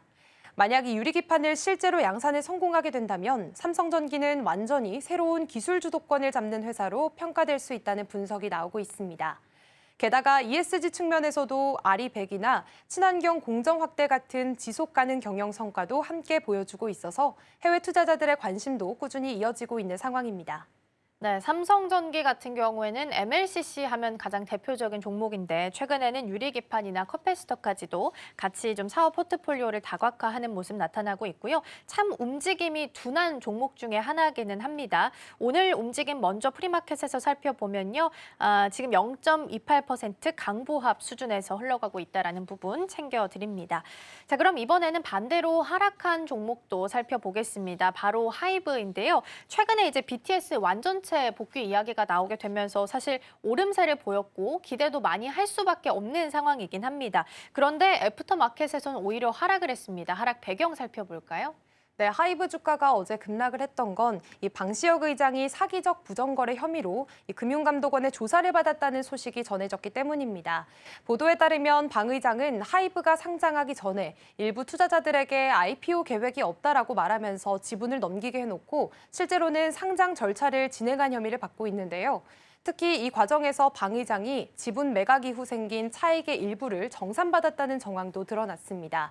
이 계약 내용이 공식적으로 신고되지 않았다는 점이 문제가 된 건데 금감원은 지난달 말 방 의장을 직접 소환해 조사를 했고 경찰도 한국거래소를 압수수색하면서 관련 자료를 확보한 상황입니다.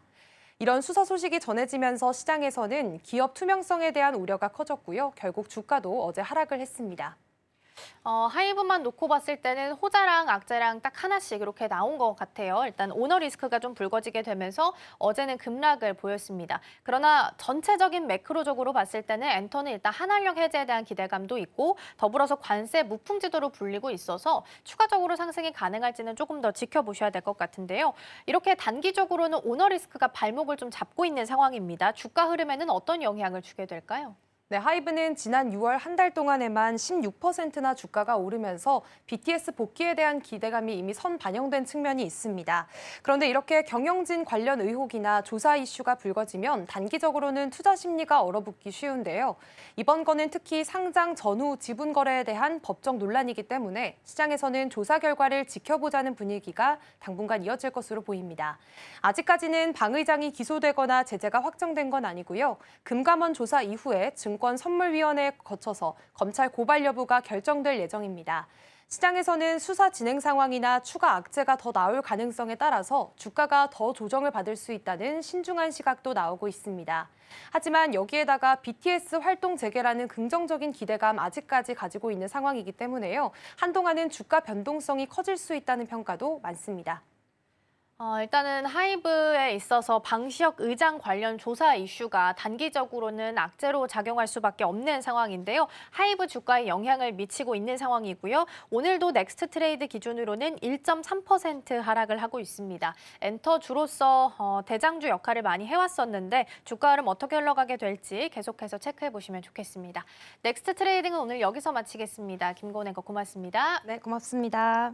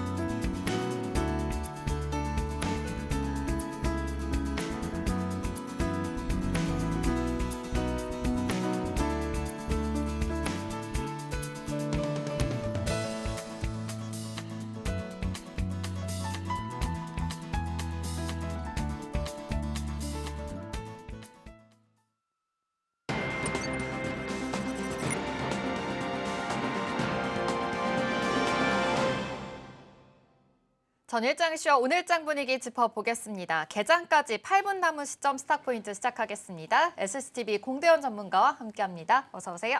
반갑습니다. 네, 일단 간밤 뉴욕 증시부터 이야기를 해봐야겠죠. 3대 지수 모두 상승으로 마감했습니다. 간밤에도 큰 이슈가 있었습니다. 바로 감세안이 통과가 됐습니다. 하원을 거쳐서 최종 이제 서명만이 남아 있는데요. 이에 대해서 또 우리 한국 지수는 어떤 영향을 끼치게 될지 하나씩 또 체크를 해보겠습니다. 그리고 또 고용 지표가 잘 나왔습니다. 시장에서는 또 긍정적인 모멘텀으로 받아들여졌는데요. 나스닥과 S&P 500 지수는 또 한 번에 신고가를 경신했다라는 점까지 참고해 보시면 좋을 것 같습니다. 그렇다면 어제 우리 시장도 복귀를 해보겠습니다. 어제 우리 시장에서도 큰 이벤트가 있었는데요. 바로 상법 개정안이 본회의를 통과를 했습니다. 코리아 디스카운트 해소에 대한 기대감으로 인해서 외국인들의 매수세가 더 들어올 수 있을지도 기대가 되는 상황이고요. 어제 삼성전자도 또 불기둥을 뿜어주면서 굉장히 좋은 흐름을 보였습니다. 일단 시장 자체가 굉장히 또 좋은 흐름으로 긍정적인 모멘텀을 받아가고 있기 때문에 코스피에서도 3,100포인트를 넘어선 모습인데요. 지금 이 시각도 양시장 모두 상승 출발할 것으로 예측을 하고 있습니다. 전문가님, 이제 삼성전자뿐만이 아니라 상법 개정안이 통과가 되면서 증시에 굉장히 또 좋은 흐름이 이어지고 있는 것 같습니다. 어제 시장 분위기가 좀 뜨거웠는데 어제 시장 어떻게 보셨을까요? 네, 어제 양대 지수 모두 상승 마감을 네. 했었죠. 아무래도 삼성전자가 그 한몫을 했다라고 생각을 하고 있는데요. 네. 이제 다음 주 7월 8일 날 이제 삼성전자가 실적 발표를 일단 앞두고 있는 그런 상황 속에서 실적에 대한 기대감으로 작용했던 것 같고요. 그리고 추가적으로는 이제 반도체 세액 공제가 35%로 상향 조정이 되면서 그러면서 이제 수급이 유입됐다라고 보시면 될 것 같고, 그리고 세 번째로는 반도체 관련주 이제 HBM이 하반기에 엔비디아 승인을 앞두고 있는 그런 상황입니다. 그런 상황이기 때문에 이 세 가지 복합적으로 작용을 해서 삼성전자가 지수 상승을 견인했다라고 보시면 될 것 같고요.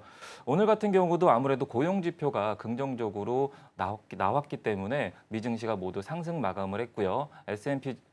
ISM 지수 역시 긍정적으로 경기가 확장 국면에 있는 50 이상으로 발표가 되면서 그러면서 3대 지수라든지 필라델피아 반도체 지수라든지 상승폭을 좀 키운 만큼 우리 국장 역시 장 초반에는 강세로 좀 이어갈 것이다라고 예상이 되고 있고, 특히 이제 감세 법안이 하원에서 통과가 됐기 때문에 한 4표, 4표 차이로 통과가 됐죠.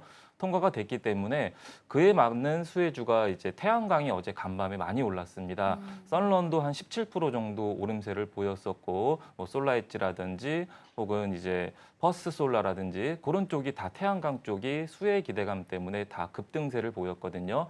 그렇기 때문에 우리 국장 역시 태양광 관련주들이 오늘 동반 수급이 좀 유입되지 않을까, 반사 수혜 기대감으로 동반 자금이 들어오지 않을까라고 예상을 되는 만큼 관련 종목 유심히 보시면 좋을 것 같습니다. 네, 좋습니다. 지금 이렇게 시장의 흐름을 한번 짚어주셨는데 사실 하나씩 좀 체크해봐야 될 것이 굉장히 많은 것 같습니다.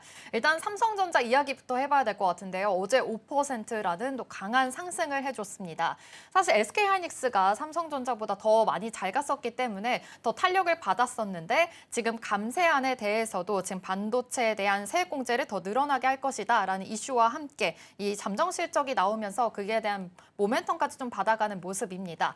삼성전자 이제 목표 주가 뭐 거의 7만 원까지 지금 바라보고 있는 상황인 건데 7만 전자를 과연 터치할 수 있을지 앞으로의 이 삼성전자 전략 어떻게 세워보면 좋을까요?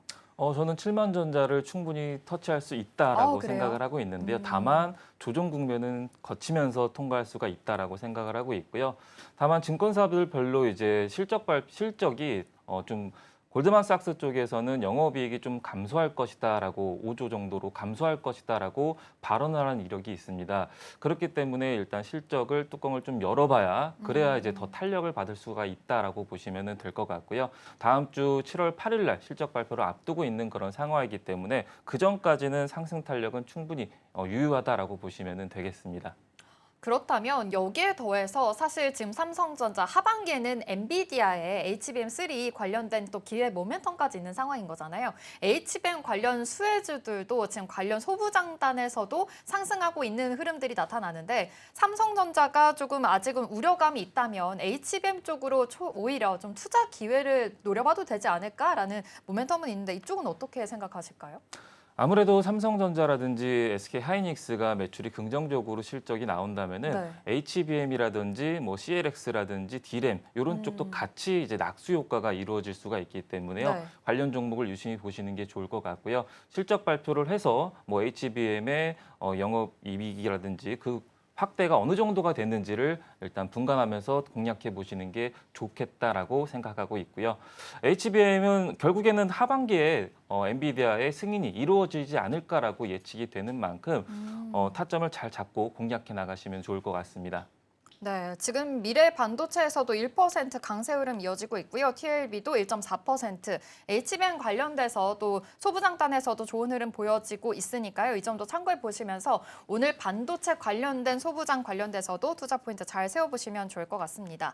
사실 이렇게 어제 상법 개정안이 통과가 됐고 또 간밤에는 감세안마저도 이렇게 통과가 되면서 여러 가지 호재와 악재들이 지금 공존해 있는 상황입니다. 일단 호재인 상황부터 좀 체크를 해보자면 아까 장 브리핑에서도 말씀해 주셨지만 지금 태양광 관련해서 간밤에 이 미국 증시에서는 썰런도 굉장히 강세를 보였습니다.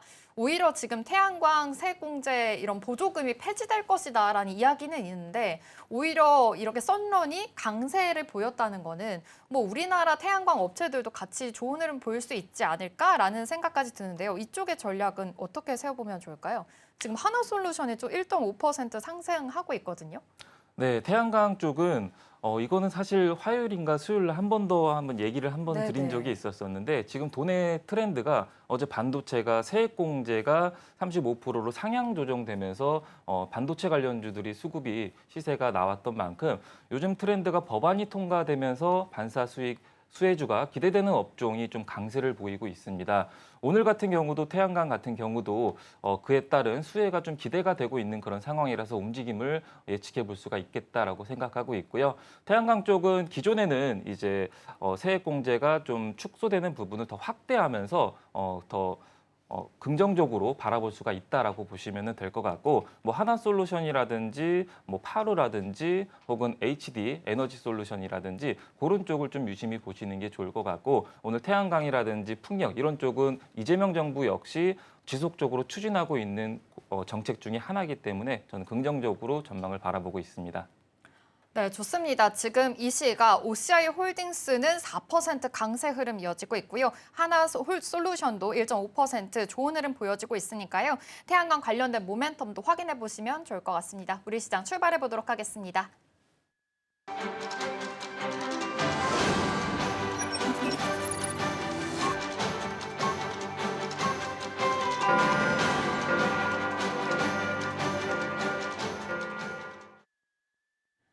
7월 4일 금요일 우리 시장 개장했습니다. 일단 간밤에 미국에서는 감세안이 통과가 됐습니다. 트럼프 대통령만의 이 행정 서명만이 남아 있는 상황인데요.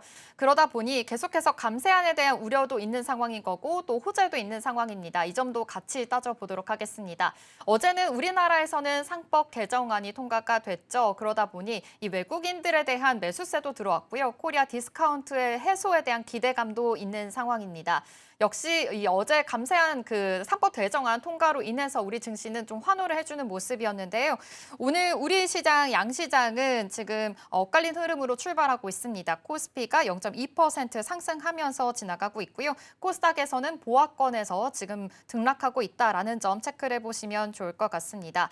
그렇다면 시가총액 상위 종목들도 하나씩 체크해 보도록 하겠습니다. 먼저 코스피입니다.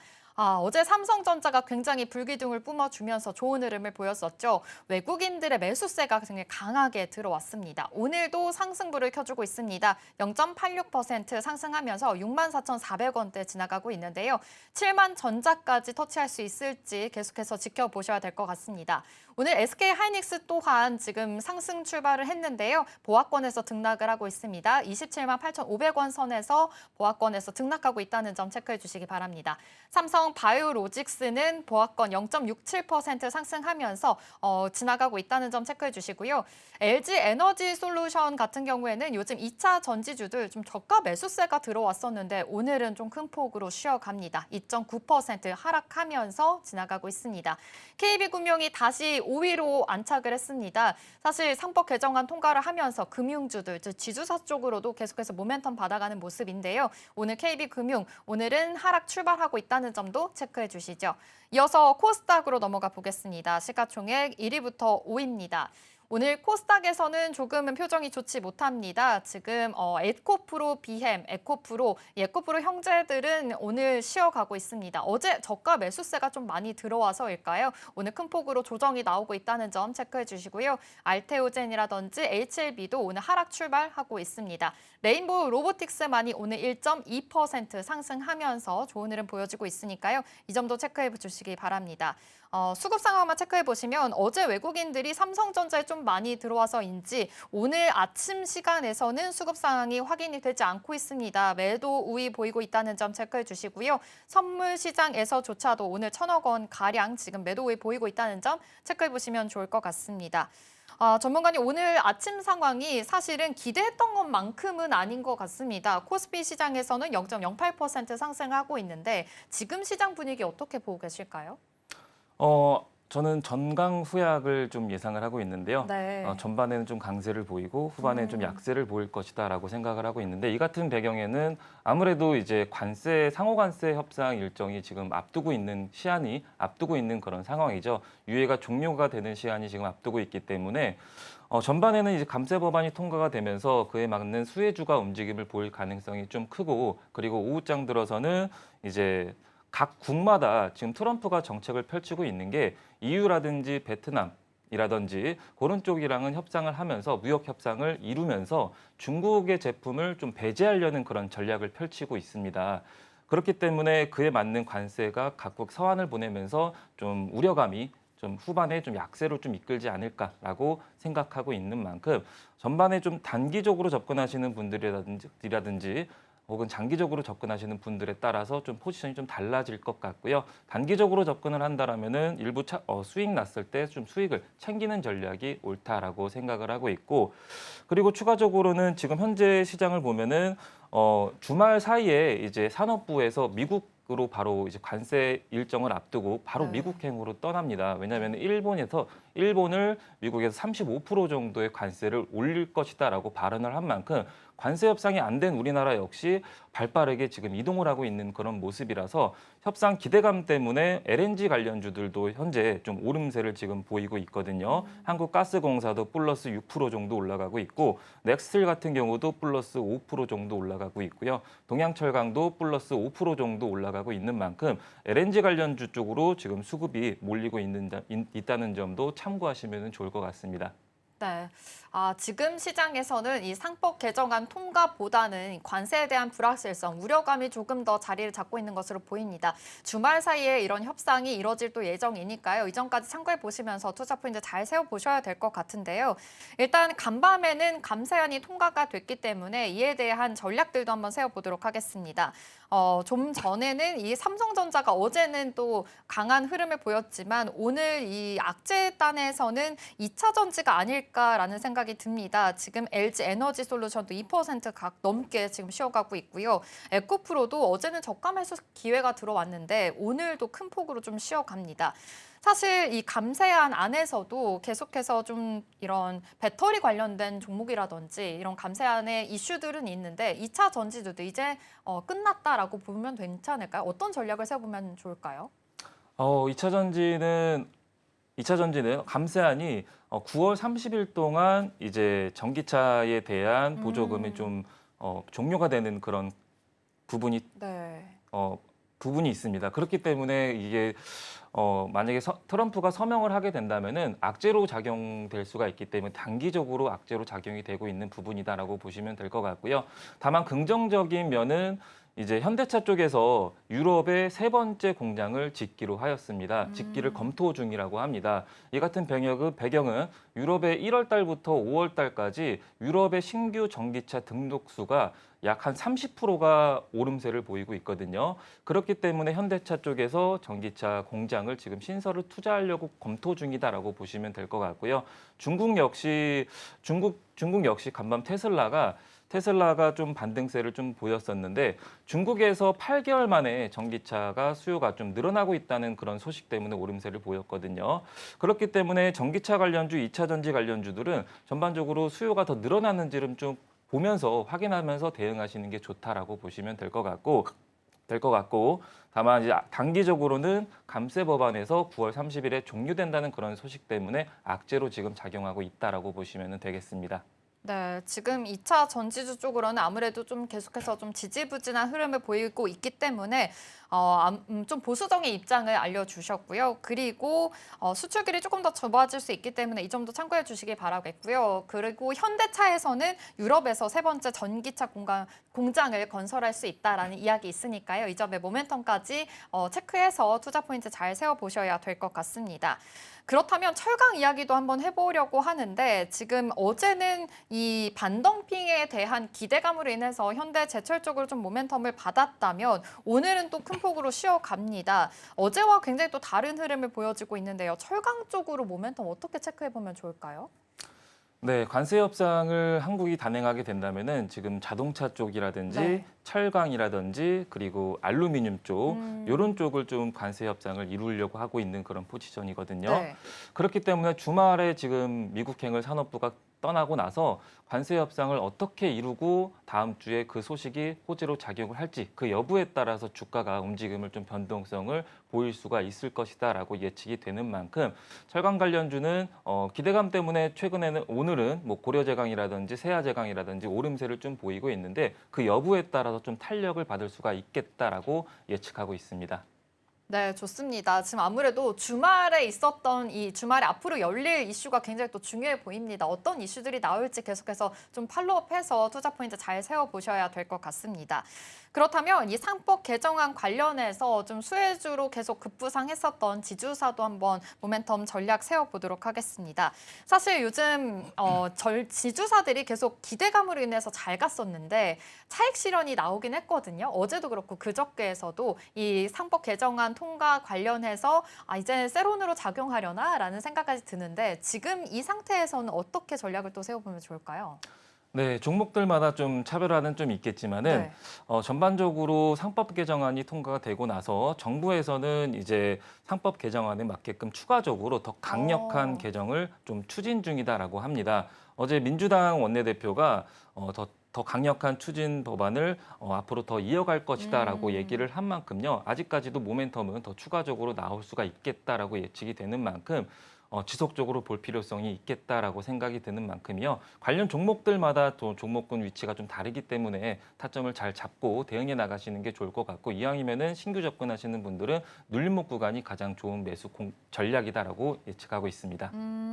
그러면 이제 차익 실현 매물들이 좀 나왔기 때문에 오늘도 좀 같이 지주사들 차익 실현 나오고 있는 것 같거든요. 그럼 이렇게 모멘텀이 있긴 하지만 계속해서 약세 흐름을 이어가고 있기 때문에 아직까지는 들어갈 타이밍은 아니다 이렇게 보시는 걸까요?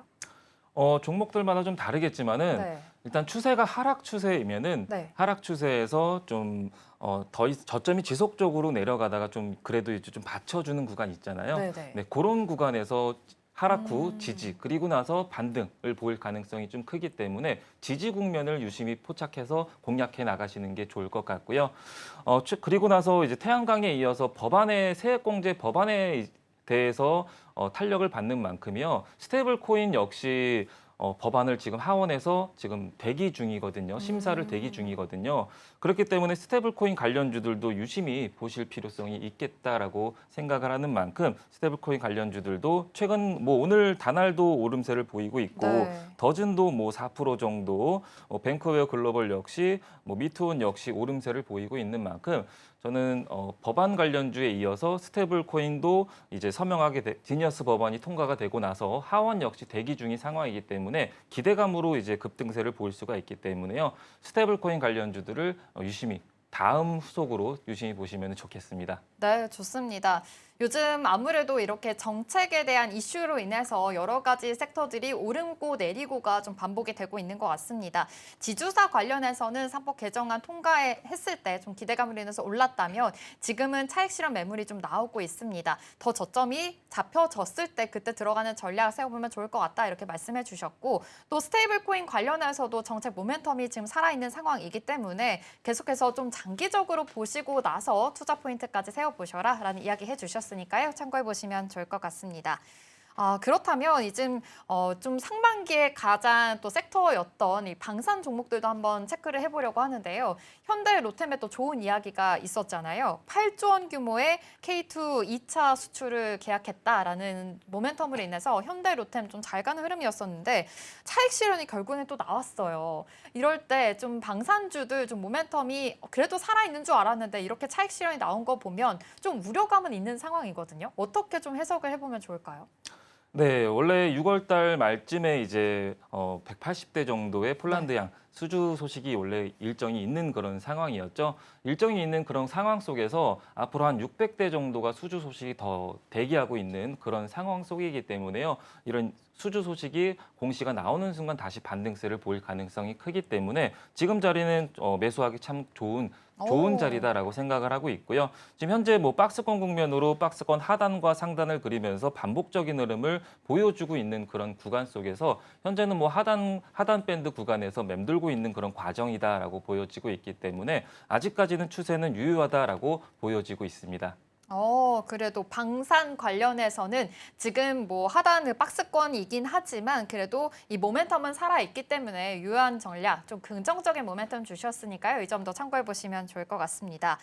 마지막으로 제가 방송 전에 이제 전문가님께 어떤 쪽이 좀 좋을까요? 이렇게 물어봤는데 엔터 쪽은 계속 살아있다 이렇게 말씀을 해주셔서 여쭤보겠습니다. 사실 하이브가 좀 쉬어가고 있습니다. 오늘도 1% 빠지고 있고요. 어제도 큰 폭으로 빠졌었는데 의장에 대한 리스크가 있기는 했습니다. 사실 지금 엔터주라는 것은 이 가수에 대한 이건 인물에 대한 리스크는 좀 떠안고 좀 투자 전략을 세워봐야 될 것 같은데요. 사실 한알령 해제라는 모멘텀으로 인해서 엔터주들도 좀 기대감이 있는 상황인 거잖아요. 또 10월에 뭐 중국의 무비자도 더 열리기 때문에 또 관광객들도 많다라는 이슈들이 있는데 엔터주 좋다 이렇게 말씀해 주신 이유가 또 있을까요? 아무래도 중국의 관광객 수가 더 늘어나는지 네. 줄어나는지 그 여부가 좀 중요한데 지금 중국인 관광객 수가 지속적으로 늘고 있는 그런 추세거든요. 그런 추세이기 때문에 엔터주는 좀 긍정적으로 바라보고 있고요. 뭐 악재가 단기적으로 나올 수가 있겠지만 아직 추세도 유효한 그런 상황입니다. SM 같은 경우도 아직까지도 이평선을 지지하면서 우상향을 지금 그리고 있는 그런 상황 속이기 때문에 아직까지도 추세가 유효한 상황 속에서 한알령 해지의 기대감도 더 극대화되고 있죠. 그렇기 때문에 엔터주 같은 경우는 더 긍정적으로 이렇게 좀 눌렸을 때가 좋은 기회가 될 수가 있겠다라고 생각을 하고 있는 만큼 관심 있는 분들은 눌림목 구간에서 공략을 권장드리도록 하겠습니다. 좋습니다. 그래도 지금 한알령에 대한 이 기대감이 계속 있기 때문에 지금 엔터주 쪽으로는 지금 하락하고 있을 때 오히려 뭐 저가 매수의 기회라든지 투자 포인트 세워볼 수 있는 여력이 있다라고 말씀해 주셨으니까요. 이 점도 참고해 보시면 좋을 것 같습니다.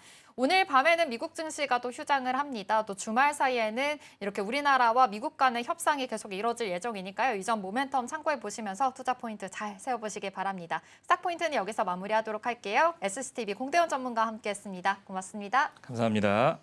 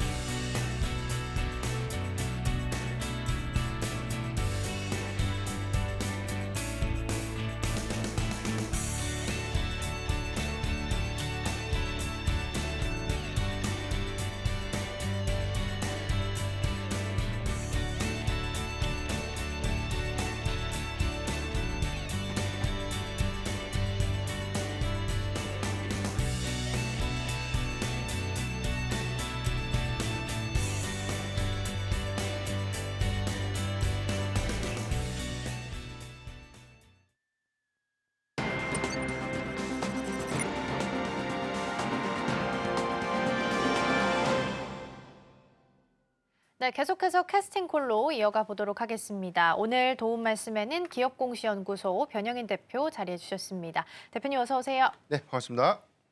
네, 오늘 시장 분위기 먼저 좀 살펴보겠습니다. 지수는 일단 약보합 수준에서 흘러가는 부분으로 체크가 되고 있고요. 외국인 투자자가 현물 시장에서는 빼고 있습니다. 그리고 코스피가 3,100선에 대해 다시 한번 오르락내리락 좀 움직임이 체크가 되고 있습니다. 뉴욕 증시가 조기 폐장을 했지만 그럼에도 나스닥은 올타임 하이 그리고 나스닥 말고 S&P가 올타임 하이였고요. 나스닥도 다시 한번 사상 최고가를 경신을 했습니다. 그럼에도 불구하고 오늘 따라가지는 못하는 분위기가 나타나는데요. 전반적으로 어떻게 해석을 좀 해보면 좋을까요? 네, 일단 미국 증시의 사상 최고 이 수급 기조 때문에 사상 최대 이 지수 달성을 좀 했고요. 흐름들을 좀 보면 국내 증시의 경우에도 삼성전자를 좀 비롯해서 시가총액 어떤 상방을 좀 이끄는 긍정적인 모습들이 좀 예상되고 있었는데 오늘 일단 뭐 개장 초기 이후에는 시초 상승분을 좀 되돌리는 모습을 좀 보여주고 있습니다. 이 부분은 7월 8일로 좀 예정되고 있는 이 상호관세 유예 기간이 일단 트럼프 대통령이 각국에 대해서 뭐 개별적인 서한을 좀 발송하면서 관세 리스크가 좀 재점화되지 않을까.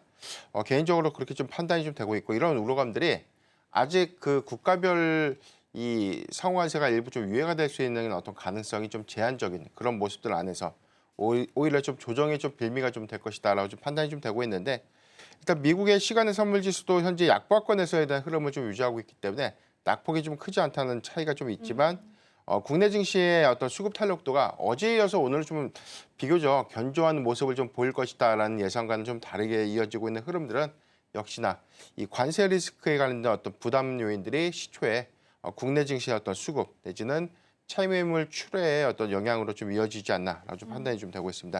증시 예탁금이 이전 일 종가 기준에서 70조 원을 좀 돌파를 했어요. 신용잔고의 기준점들은 이전 주, 그러니까 지난주 대비해서에 대한 증가폭이 대체로 좀 큰 폭의 증가세 부분보다 현재 20조 원대 초반대를 좀 유지하고 있기 때문에 우려스러운 수준들은 아니고요.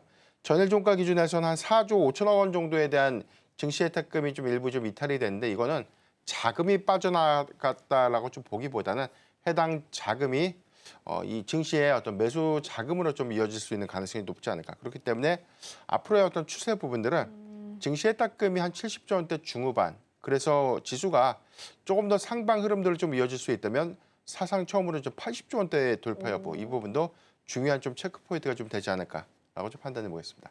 네, 투자 예탁금이 그래도 좀 들어오고 있어서 유동성은 좀 풍부한 상황인데 그럼에도 불구하고 이제 관세 데드라인이 얼마 남지 않았죠. 7월 8일, 9일 예정되어 있기 때문에 아마 다음 주 화요일, 수요일쯤에 더 큰 변동성이 좀 발생을 할 수도 있다라는 부분에서 오늘은 좀 차익 실현의 빌미가 나오고 있지 않나 싶습니다. 그러면 이어서 다음으로는 어제 있었던 가장 큰 이슈 중에 하나가 상법 개정안이라서 요거 하나 점검을 하고 넘어가 보겠습니다. 여러 가지 부분이 있었어요. 어느 정도 허용된 부분도 있었고 공청회를 통해서 1년 정도 유예되는 부분들도 있었고 아쉬운 부분도 있었을 테지만 전반적으로 그래도 나쁜 평가를 받고 있지는 않는 것 같거든요. 그런데 이제 어제 지주사 반응을 봤을 때는 거의 다 윗꼬리를 그리면서 내렸고 중소형 단 안에서만 약간의 순환매가 좀 도는 듯한 모습이었습니다. 외국인 투자자가 어제 좀 다 팔았거든요. 그래서 이거를 어떻게 판단하고 전략을 세워가야 될지도 궁금하실 것 같아요. 어떤 조언을 좀 주실 수 있을까요? 네, 제가 상법 개정안에 관련돼서 여러 차례 좀 강조를 좀 드렸던 부분들이 지주사에 대한 수급들은 실질적으로 상법 개정안이 통과되고 난 이후에 대한 영향도를 좀 더 봐야 되지 않을까. 일단 기대감이라는 것은 사업 구조가 좀 재편될 수 있고 그동안 지배 구조가 좀 취약됐던 지주사 등 같은 그런 종목들이 가치를 반영시킨다는 관점에 대한 기대 요인들이 상당히 좀 주가에 좀 반영이 됐다라고 볼 수가 있겠고 오늘 뭐 일부 중소형 지주사 종목들이 좀 상승하는 것들은 저는 뭐 큰 의미보다는 좀 수급적인 어떤 논리가 좀 되지 않을까라고 좀 볼 수가 있겠습니다. 일단 세 가지 포인트가 있었어요. 첫 번째는 이사 충실 의무가 회사에서 좀 주주로 확대되는 부분들 이 부분은 바로 시행 요건을 좀 갖추고 있기 때문에 앞으로 상법 개정안이 통과돼서 좀 시행을 앞둔 해당 조항을 대비해 봤을 때는 기업들이 뭐 중복 상장이라든가 쪼개기 상장 내지는 대주주에게 다소 유리한 이 인적 분할이라든가 뭐 합병 같은 그런 부분들이 좀 제한적이지 않을까. 이 부분은 오히려 주주의 어떤 가치를 좀 훼손시키지 않는 선에서 만약에 분할이나 합병을 하더라도 최대한 주주의 이익에 좀 반하지 않는 그런 부분들로 좀 이어질 수 있다는 측면들이 기대 요인들이 좀 될 수 있겠고요. 두 번째는 일단 뭐 집중 투표제에 관련된 부분들은 이번 이 상법 개정안에서 좀 빠졌죠. 이 부분은 제가 한번 맞아요. 리스크 요인 관점에서도 한번 언급을 좀 드렸는데 집중 투표자가 뭐냐면 의결권이 우리가 한 주당 하나를 갖고 있죠. 그런데 가령 이제 이사 후보자가 3명이면 내가 10주를 보유하고 있을 때 각각의 어떤 이사 선임 안건에 대해서 10주만 좀 행사를 할 수 있었는데 이사 수가 3명이면 30주가 생기는 겁니다. 그래서 A 이사 뭐 B 이사에게는 투표하지 않고 뭐 C 이사에게 뭐 30주를 모두 다 이 투표를 좀 하게 된다면 일단 특정한 어떤 지정 이사를 선임할 수 있다는 그런 관점에서 소수의 주주권이 강화될 수 있는 부분들, 이 부분은 회사 특히나 뭐 이 지배 구조가 좀 취약한 그런 기업들에게는 사실 뭐 큰 아킬레스건이 좀 되는 부분들인데 이 부분이 이번에는 좀 빠졌다는 점에서는 저는 어느 정도는 좀 긍정적이다라고 좀 평가를 해보고 싶고요. 다만 이제 3%에 관련된 룰이 좀 적용됐다는 부분들은 이사의 경영감시 체제라든가 회사의 이 경영감시 기능들이 더욱더 활성화가 좀 될 수 있는 그런 부분들이기 때문에 이런 부분은 원래 취지와 좀 맞게 기업들이 그동안 대주주에게 상당히 좀 유리한 그런 스탠스 유지 부분들이 상당히 좀 완화될 수 있는 그런 긍정적인 기대 요인들이 좀 이어질 수 있겠다라고 좀 볼 수가 있겠습니다. 다만 우리가 일회성 요인으로 뭐 우리가 단기적인 어떤 기대감을 좀 갖는 것보다는요, 이 부분은 상법 개정안이 통과되고 난 이후에 점진적인 가치 반영이 좀 이루어질 수 있는데 두 가지 포인트 관점에서 주목을 해봐야 될 게 첫 번째가 이 대주주의 지분 가치가 한 20%가 좀 채 안 되는 그런 기업들의 경우에는 오히려 3% 룰에 같은 이런 부분들이 오히려 좀 부담의 요인이 좀 될 수 있는 부분들이기 때문에 소수 주주권에 관련된 강화의 움직임들은 오히려 지배권을 좀 더 확충시킬 수 있는 그런 부분들. 그래서 뭐 장내 매수를 늘리거나 자사주를 취득하거나 소각하는 그런 행위가 조금 더 활성화를 좀 띌 수 있지 않을까라고 좀 판단이 좀 되고 있고요. 두 번째는 배당 성향 관점에서 이 승계 구도를 좀 앞둔 그런 기업들이 상대적으로 주가가 좀 못 올라갔던 그런 이 제한 요소들이 좀 제거가 좀 됐던 부분들은 오히려 가치가 점진적으로 좀 상향될 수 있는 그런 긍정적인 효과도 우리가 주목을 해봐야 되지 않을까라고 좀 판단해 보고 있습니다. 그러게요. 일단은 상법 개정안 내용들을 좀 보면 전반적으로 우리가 좀 의미 깊게 봤던 3% 룰은 좀 포함이 됐습니다. 전자주총 역시 포함이 됐는데 이제 남은 쟁점으로 보면 앞서 말씀해 주셨던 집중투표제, 분리선출 이야기 있고 감시위원회 확대에 대한 부분은 추후 논의가 이루어질 수 있겠다라는 부분으로 체크하셔야겠습니다. 그리고 지주사가 어제는 대부분 이제 윗골이 달리면서 큰 종목들은 좀 하락을 하는 모습이었는데 오늘도 비슷합니다. 오늘도 뒤에 이제 홀딩스 붙어 있는 중소형단에서는 시세가 좀 추가적으로 이어가고 있는 모습이고요. 다만 이제 큰 쪽에서 우리가 좀 잘 봤던 SK는 약보합 정도 흘러가고 있고 LS도 0.56%, CJ도 0.65% 하락하는 모습까지 체크되고 있으니까 한화는 한 2% 하락하네요. 이 부분도 참고해 보시면 좋겠습니다. 자, 그럼 이어서 오늘 주목할 만한 테마들 함께 점검해 보도록 하겠습니다. 첫 번째로는 반도체랑 유리기판을 좀 같이 일단 묶어봤습니다. 반도체는 반도체 세액 공제가 좀 확대됐다라는 소식이 좀 긍정적으로 작용하면서 어제도 긍정적인 반응이 좀 나오고 있었습니다. 감세안이 이제 트럼프 대통령의 서명만 남겨둔 상황이기 때문에 더 확실시 되고 있다라는 부분 챙겨보셔야 될 것 같고요. 오늘은 유리기판 관련주들도 개장하고 나서 좀 올라오는 움직임이 보입니다. 인텔 쪽에서 유리기판 사업과 관련해서 철수를 좀 검토하고 있다고 해요. 그러면 이제 내부가 아니라 외부에서 이런 도움을 좀 받을 가능성이 높아서 국내 업체들이 수혜를 받을 수도 있을까라는 기대감으로 일단은 연결되고 있습니다. 두 번째 열어볼까요? 두 번째는 카지노 쪽 준비를 좀 해봤고요. 카지노가 지금은 좀 소폭 내려온 모습으로 체크가 되고 있긴 한데 개장했을 때는 카지노주도 좀 강세를 보였습니다. 일단 중국 쪽 단체 관광객 무비자 입국과 관련해서 이거를 계속해서 상용화하는 거에 대해서 검토가 좀 이루어지고 있다고 합니다. 사실상 이제 무기한으로 연장될 수 있다라는 이야기가 나오고 있다라고 해석할 수 있을 것 같고요. 국내 모멘텀으로 좀 끌고 온다면 정부에서도 이제 소비 쿠폰을 준다고 했고 내수 회복이 좀 더 돌 수 있다라는 측면에서 카지노보다 더 크게 본다면 여행주까지도 볼 수 있을지 같이 점검해 보겠습니다. 마지막 열어볼까요? 마지막은 LNG고요. LNG는 다행히 여전히 좀 개장하고 나서는 좀 올라와 있네요. 뒤에 스틸 붙어 있는 종목들 강세 보이고 있고요. 세아제강, 동양철관 이런 종목들 같이 좀 강세 보입니다. 오늘 밸브, 화성밸브 쪽도 4%대 강세 현재 보이고 있습니다. 앞서서 말씀해 주셨다시피 이제 관세 관련해서 디데이가 다음 주 화요일, 수요일 정도로 예정이 되어 있다 보니까 가장 이제 미국 쪽에서 원하는 카드 중에 하나가 또 LNG 프로젝트에 대한 투자 이야기가 있을 거라서 이에 대한 기대감을 오늘 좀 받아가고 있지 않나라고 해석할 수 있겠습니다. 자, 일단 세 가지 테마는 열어봤고요. 첫 번째부터 전략을 좀 점검을 해보겠습니다. 반도체 쪽 먼저 볼 텐데요. 2분기 잠정 실적 발표를 앞두고 있는 가운데 일단 브로드컴과 HBM3 12단 공급을 추진하고 있다라는 소식이 전해지면서 기대감이 커지고 있습니다. 안 그래도 삼성전자는 HBM에 대한 모멘텀이 좀 부족했었잖아요. 이 소식을 통해서 좀 메워갈 수 있다고 판단할 수 있을까요? 사실 어제 삼성전자가 좀 급등하게 된 그런 배경들을 좀 천천히 좀 복기를 해보면 첫 번째가 저는 칩스법에 대한 노이즈가 좀 해소됐다는 부분인데 이 부분을 가장 크게 좀 평가를 좀 해보고 싶은데 일단 트럼프 대통령의 감세 법안이죠. BBB 법안이 상원에서 좀 통과가 됐는데 세부적인 내용을 보면 반도체 보조금이 25%에서 이제 BBB 초안에서는 뭐 30%까지가 좀 반영이 됐어요.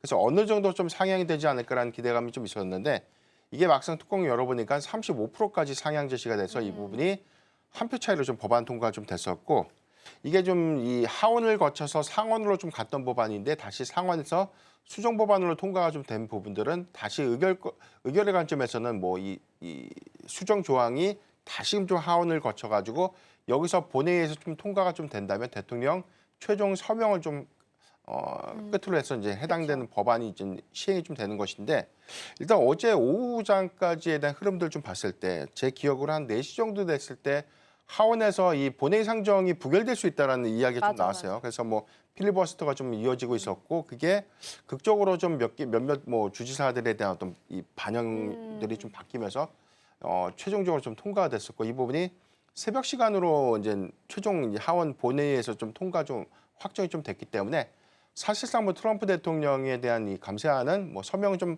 거의 뭐 기정사실화 좀 되지 않을까라고 좀 판단이 좀 되고 있는 상황입니다.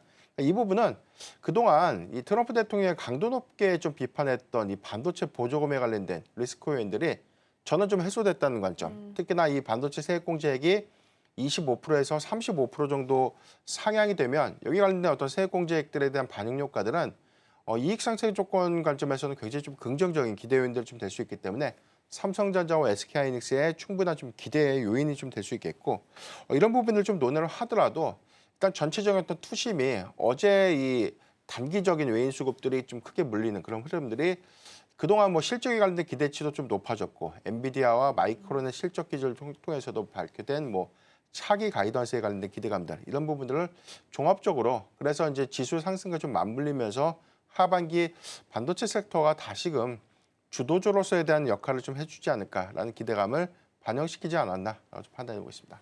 네, 칩스법에 대한 우려감이 좀 낮아지게 되면서 전반적으로 반도체주한테는 훈풍을 좀 불어줬다라고 해석할 수 있겠는데요. 안타깝게도 이제 지수가 다시 3,100선을 좀 이탈을 했어요. 그래서 3,098선 지나가고 있는데 그러다 보니까 시총 상위 종목들 전부 다 내리고 있고요. 삼성전자도 63,400원까지 약보합으로 현재 돌아선 것으로 확인됩니다. 이제 아직 가수급이니까 오늘 외국인 투자자가 삼성전자 우선주 담고 있고요. 기관 쪽에서도 삼성전자를 담고 있긴 합니다. 어제 수급으로 봤을 때 삼성전자랑 삼성전자 우선주를 거의 6천억 원 정도 샀습니다. 지금 총 들어왔던 양이 6,800억 정도인데 그중에 6천억을 삼성전자 산 거기 때문에 거의 삼성전자만 샀다라고 봐도 무방할 정도였습니다. 뭐 지금 달라진 건 없는 것 같긴 해요. 근데 이제 오늘 아침에 기사 보니까 9개월 만에 63층 회복. 축포 속 그런데 목표가 하향 날벼락이라는 기사 주제가 좀 있었어요. 오늘 아침 보니까 다시 8만 원으로 8만 4천 원에서 하향 조정되는 리포트가 나오기도 했거든요. 그래서 헷갈리실 것 같아요. 이제 지수를 만약에 산다는 측면에서 본다면 이 가격 주목해봐도 되는지 궁금하실 것 같은데 또 반대로 실적 못 나올 거다라고 해서 목표가를 이렇게 낮춰버리니까 지금 구간에서는 어떤 결정을 내려야 할지 고민하실 것 같거든요. 뭐 TP 상향 얘기는 오늘 내일에 있었던 일이 아니고 이미 뭐 한 작년 하반기부터 나왔던 이야기이기 때문에 저는 이런 부분들에 관련된 노이즈는 상당히 좀 주가에 좀 반영이 됐다라고 볼 수 있기 때문에 물론 이제 1분기 실적에 대한 저점 컨퍼런스 콜에서도 좀 언급이 됐었고요. 그다음 이제 2분기도 역시나 반도체 사업 부분들이 좀 약화될 수 있는 부분들은 일단 마이크론의 실적 발표에서는 D램 부분이 좀 좋았는데 HBM을 좀 논외로 하더라도 레거시 부분에 대한 일부 회복 가능성, 단가 인상 부분들이 좀 반영됐던 효과들, 최근에 나왔던 부분들은 DDR4의 좀 단종을 좀 앞두면서 단기 수요가 좀 증가될 수 있다. 그런 요인들이 2분기 실적 추정치는 1개월 전보다는 좀 상향이 좀 된 것이거든요. 다만 컨센서스 대비해서에 대한 이 하회가 좀 예상될 수 있다는 부분들이 좀 노이즈였는데 저는 뭐 지금 사실 그런 어떤 전망치를 좀 논의를 하더라도 수급 지표상에서 보면 지금 68,800원대라는 이 굉장히 큰 저항선을 어제 단숨에 좀 뚫어버린 이후에 오늘도 현재 구간을 지켜주고 있다는 흐름들이 좀 나오는 것이죠. 네. 지난주까지에 대한 흐름을 좀 보면 6만 원대를 좀 크게 좀 돌파를 하면 다시금 6만 원대를 좀 하회하는 그런 모습도 맞아요, 좀 맞아요. 보였기 때문에 삼성전자 좀 수급적으로 좀 믿어도 되나라는 확신이 좀 다소 좀 불리한 그런 부분이었는데 최근의 기조를 보면 뭐 외인의 수급은 명확한 방향성을 좀 잡았다 정도로만 해석을 좀 해볼 수 있지 않을까.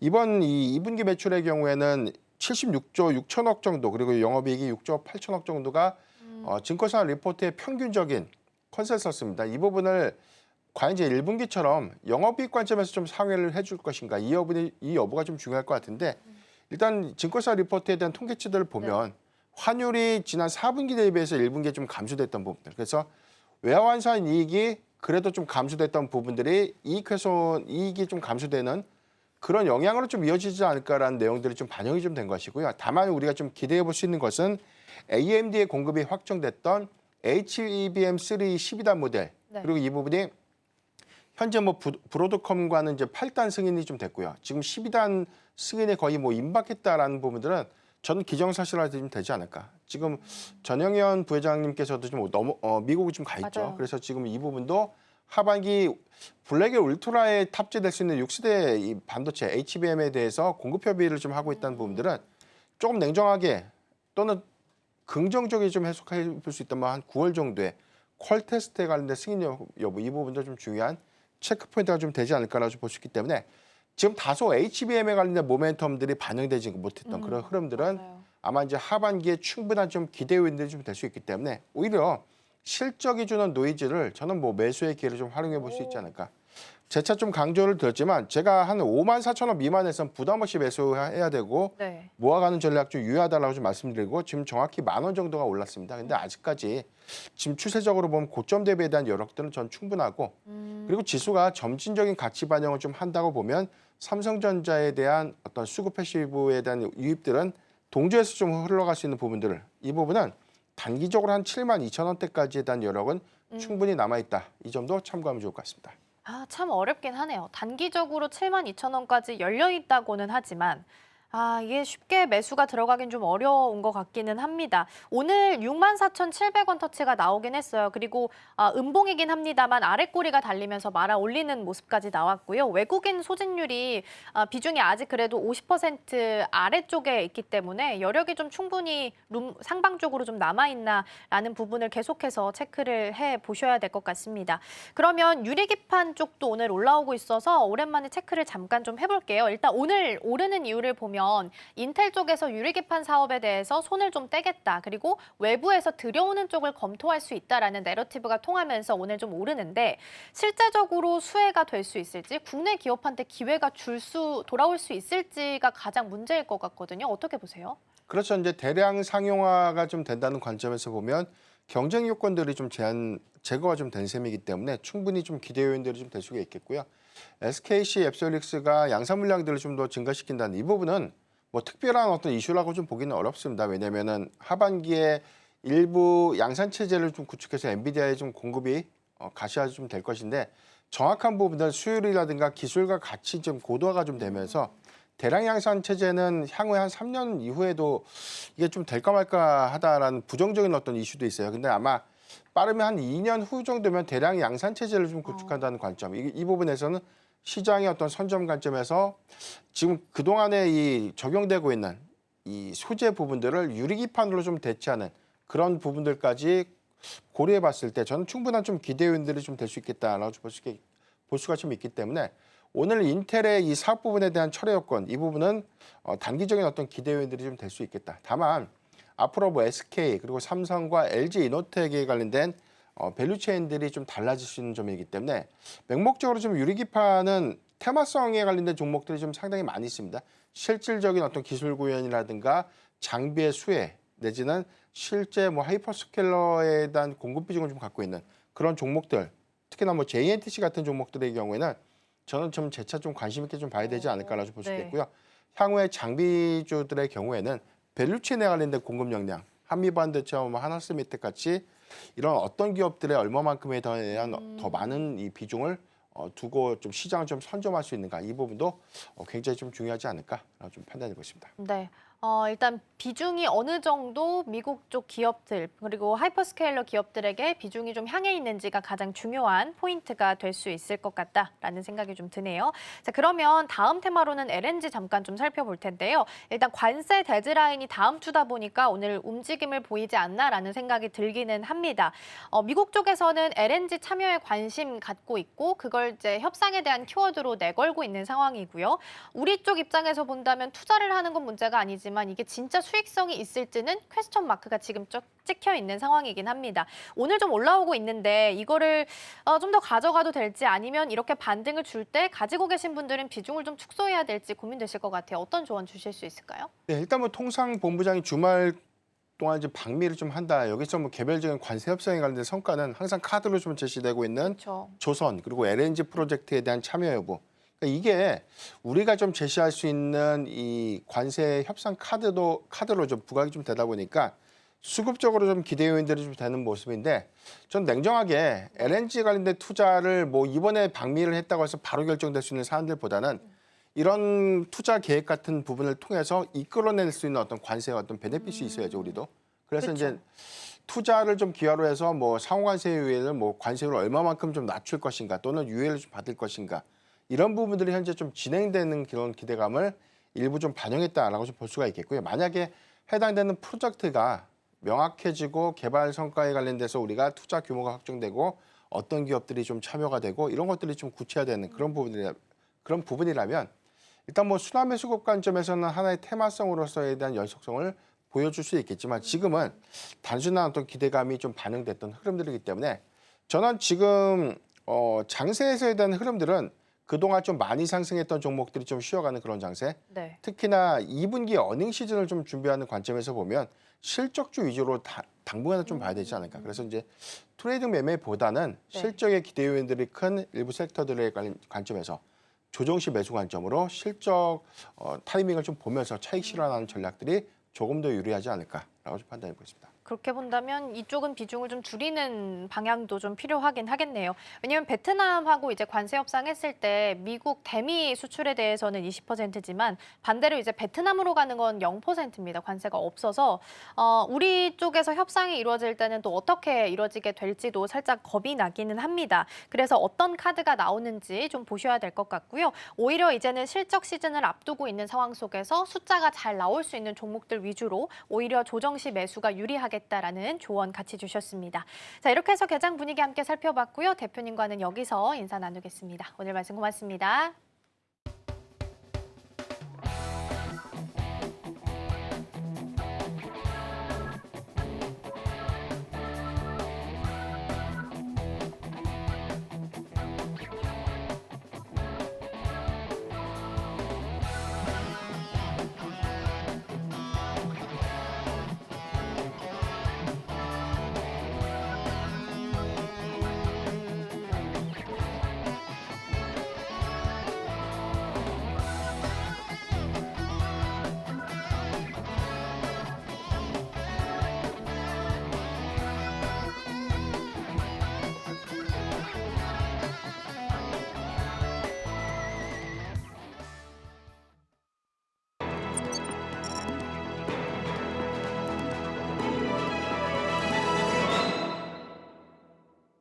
네, 댓글 답해주는 아나운서 코너로 이어가겠습니다. 김민 앵커 나와 계십니다. 어서 오세요. 안녕하세요. 네, 오늘도 투자 고민들 함께 해결해 보겠습니다. 먼저 첫 번째 댓글부터 화면을 통해서 함께 만나보시죠. 네, 오늘의 첫 번째 댓글입니다. 삼성이 잠시 접어뒀던 카드 다시 꺼내든 이유가 뭘까요? 라는 댓글이고요. 삼성전자가 이제 어제 흐름이 너무 좋았기 때문에 오늘 이런 댓글이 좀 달려있는 것 같습니다. 삼성전자가 잠깐 멈춰 있었던 공장 공사를 다시 재개한다고 해요. 그러면 어떻게 보면 그 속내를 좀 들여다봤을 때는 기술 반격을 준비하고 있나? 라는 생각으로 좀 연결될 수 있을 것 같거든요. 어떤 내용들 좀 봐야 될까요? 사실 오늘 주가는 약보합권에서 현재 움직이고 있긴 합니다만 어제까지 3거래일 연속으로 계속 오르면서 또 7만 전자에 대한 기대감도 함께 올라가고 있긴 합니다. 현재 이런 상황에서 이 댓글에서 말하는 잠시 접어뒀던 카드는 P5가 되겠는데요. P5는 삼성전자가 평택에 짓는 5번째 반도체 공장입니다. 한마디로 삼성 반도체의 미래 전략 거점이 될 수 있겠습니다. 투자 규모만 해도 30조 원 이상이고 또 그로 예상되고 또 디램, 낸드, 파운드리 라인까지 들어가는 복합 생산 기지가 될 예정입니다. 원래는 2023년에 공사를 시작했지만 이듬해 적자폭이 커지면서 중단이 됐었죠. 특히 당시에는 HBM과 파운드리 기술력에서 경쟁사에 밀렸다는 평가가 많았고요. 또 삼성도 로드맵을 수정하면서 몸을 낮췄던 시기였습니다. 그런데 최근 분위기가 다시 바뀌고 있습니다. 삼성전자가 HBM3와 또 6세대 디램 기술을 확보하면서 AI 반도체 시장 재진입의 발판을 마련했다는 분석이 나오고 있고요. AI 반도체 시장 자체도 앞으로 폭발적으로 커질 전망이라서 지금이 이 공장을 다시 짓기에 또 전략적인 타이밍이 될 수 있지 않을까라는 기대감으로 현재 다시 떠오르고 있습니다. 네, 삼성전자가 일단 63층을 회복을 하기는 했습니다. 그러나 오늘 TP가 84,000원에서 8만 원으로 하향 조정되는 리포트가 있었고요. 다만 이제 좀 긍정적인 부분을 찾아보자면 HBM4 관련해서 일시 공정 디램에 있어서 수율 개선 소식이 있긴 합니다. 일시 같은 경우에는 내부 승인 절차가 어느 정도 좀 끝난 것으로 확인이 되고 있어서 그렇게 본다면 하이닉스랑 마이크론은 일비 공정을 사용하고 있어서 이거보다는 한 단계 삼성전자가 앞서 나가고 있다라고 해석할 수 있겠습니다. 그러면 삼성전자는 어떤 근거로 이런 자신감을 좀 갖게 된 걸까요? 사실 단순한 회복보다는 이 기술력의 반격, 기술 기반의 반격에 좀 가깝습니다. 먼저 기술 회복 면으로는 삼성은 최근 10나노급 6세대 디램과 또 HBM3 양산을 준비 중에 있고요. 특히나 고성능 AI 반도체에 쓰이는 HBM에서 TSMC와 SK하이닉스를 따라잡을 실마리를 확보했다. 또 이렇게 판단을 하고 있습니다. 그리고 두 번째는 수요 확산입니다. 수요 확신입니다. 이 AI 반도체 시장은 2022년 411억 달러였는데 현재 2028년까지는 1,330억 달러로 3배 이상 커질 전망입니다. 삼성의 입장에서는 이 시점에 생산력을 확보하지 않으면 향후 시장 주도권 자체를 내줄 수도 있는 상황이 될 수 있겠는데요. 게다가 이번 공장은 단순히 메모리 공장이 아닙니다. 디램, 낸드, 또 파운드리를 모두 아우르는 복합팹인데요. 쉽게 말해서 삼성 반도체의 기술 총동원 프로젝트라고 볼 수 있겠습니다. 여기에만 무려 30조 원 이상을 넣는다는 건 단순히 좋아질 기대를 하는 게 아니라 좋아지게 만들겠다는 삼성의 강한 의지로 파악해 볼 수 있겠습니다. 전문가들도 이번 투자 재개가 업황 반등을 쫓는 소극적인 대응이 아니라 시장 주도권을 다시 쥐려는 공격적인 포석이다라고 분석하고 있습니다. 네, 삼성전자의 P5 공장 재개 관련된 내용을 좀 살펴보고 있고요. 삼성전자 일봉 잠깐 볼 수 있을까요? 삼성전자 같은 경우에는 오늘 64,700원까지 올라왔어요. 그러니까 64층까지 잠깐 올라왔다가 지금은 다시 약보합으로 좀 돌아선 모습이고요. 사실 오늘 이제 차트상으로 봤을 때는 아랫꼬리가 좀 달려 있습니다. 그러니까 기존의 처음 시세보다는 좀 말아 올리면서 일단은 낙폭을 좀 만회해가는 구간이긴 합니다. 다만 이제 음봉 전환했다라는 부분에 있어서는 움직임 종가까지 같이 체크를 좀 해보셔야겠습니다. 자, 그럼 이어서 이번에는 두 번째 댓글 먼저 화면을 통해서 만나보겠습니다. 네, 두 번째 댓글입니다. 단체 관광 무비자 풀어준다는데 진짜 내수 살릴 수 있을까요? 라는 댓글입니다. 정부가 중국인 단체 관광객 이제 무비자 입국을 허용한다라고 해서 한한령 해제 기대감이 좀 높아진 바가 있습니다. 그런데 이게 이제 사실상 무기한 연장 계속한다라는 뜻으로 해석을 좀 할 수 있을 텐데요. 관광업계에서는 당연히 기대를 할 수밖에 없을 것 같아요. 어떤 내용들 살펴봐야 될까요? 네, 먼저 정부가 올해 말까지 또 한시 적용하기로 했던 중국인 단체 관광객 무비자 입국 정책을 연장해서 사실상 상시화하는 그런 방안을 검토하고 있습니다. 기획 기획재정부, 법무부, 이 문체부 등 다양한 관계부처가 조만간 합동으로 시행 계획을 발표할 예정이고요. 기존에는 3분기 중 시행 정도로만 밝혔지만 이제는 구체적인 일정도 현재 조율에 들어간 것으로 알려졌습니다. 이번 정책의 핵심은 단순한 방문 편의가 아니라 소비, 숙박 중심의 내수 진작을 본격적인 궤도로 올리겠다 이런 의미로 해석할 수 있겠는데요. 실제로 전자여행 허가제 한시 면제도 내년 말까지 1년 정도 연장하기로 했고요. 또 중장기적으로 봤을 때는 개별 관광객까지 비자 면제를 확대하는 방안도 현재 추진하고 있는 상황입니다. 네, 이게 단순히 이제 관광객을 늘리겠다라는 그 차원을 넘어서서 내수 부양을 위한 하나의 전략으로도 해석을 할 수 있을 것 같거든요. 시장의 반응은 어떨까요? 네, 사실 그만큼 정부가 좀 절박하다 이런 상황으로 해석을 할 수 있겠는데요. 올해 우리 경제 성장률은 0%대 초반에 머무를 거라는 이런 전망도 함께 나오고 있죠. 이런 상황에서 서비스 산업, 특히 관광 쪽에서 돌파구를 찾는다는 게 좀 정부의 구상이고요. 이후 상황을 봐가면서 완화적인 기조는 또 유지하되 속도 조절을 시사하고 있는 셈입니다. 실제로 기재부는 최근 중국 정치, 경제 전문가들과 비공개 간담회를 열고 한중 관계 개선과 경제협력 강화 방안을 논의했는데요. 이 자리에서도 중국인 관광객 유치 없이는 하반기 반등이 어려울 것이다 라고 현재 지적이 나오기도 했습니다. 또 한국은행 분석에 따르면 중국인 단체 관광객이 100만 명 증가할 경우 GDP는 최대 0.08%포인트 상승하는 효과가 있었고요. 또 문화관광연구원도 작년 방한 재개 효과만으로도 0.21%포인트 성장률 기여가 있다. 이렇게도 해석하기도 했습니다. 정부는 올해 중국인 관광객 536만 명 정도를 현재 유치 목표로 두고 있고요. 이는 코로나 이전 수치인 602만 명 수준에 근접하는 수치가 되겠습니다. 정부는 오는 11월 경주에서 열리는 FEC 정상회의를 또 중요한 계기로 보고 있습니다. 만약 이때 시진핑 중국 국가주석이 또 방한하게 된다면 무비자 정책과 맞물려 한중 관계 회복 그리고 정치적 시너지 효과를 극대화할 수 있다는 기대도 크겠습니다. 이를 정리해서 말하자면 현재 이번 무비자 연장이 단기적으로는 중국인 관광객 유치에 따른 내수 회복이 핵심이고 중장기적으로는 관광산업 체질 개선과 그리고 한중 관계 정상화까지 연결되는 새로운 고리로 작용할 수 있겠습니다. 네, 코로나 이후 처음으로 중국 단체 관광객들이 돌아오고 있다라는 신호를 주고 있습니다.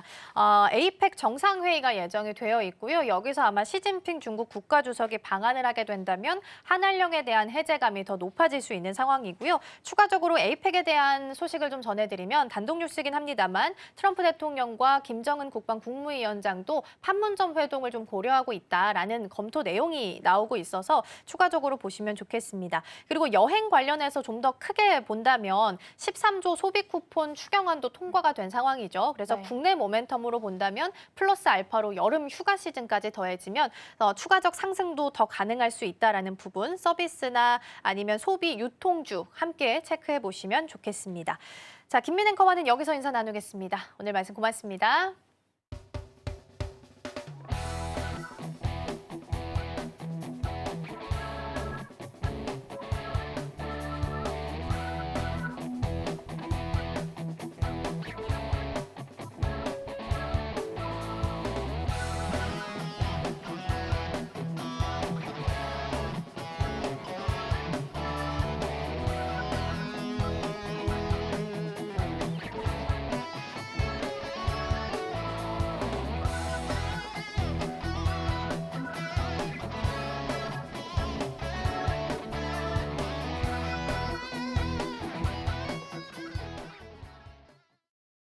네, 오늘 양시장은 힘이 좀 많이 빠진 상태입니다. 특히나 코스닥의 낙폭이 조금 더 큰 상황이고요. 수급상으로는 현물과 선물 모두 다 외국인 투자자들 매도 포지션 찍혀 있는 상황입니다.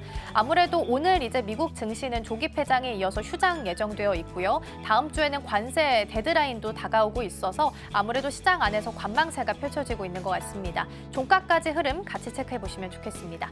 저희가 방송 중에 제공해드린 정보는 투자 판단을 위한 조언일 뿐 해당 종목의 가치와 수익률은 보장하지 않습니다. 저희는 다음 주 월요일에 돌아오겠습니다. 시청해주신 여러분 고맙습니다.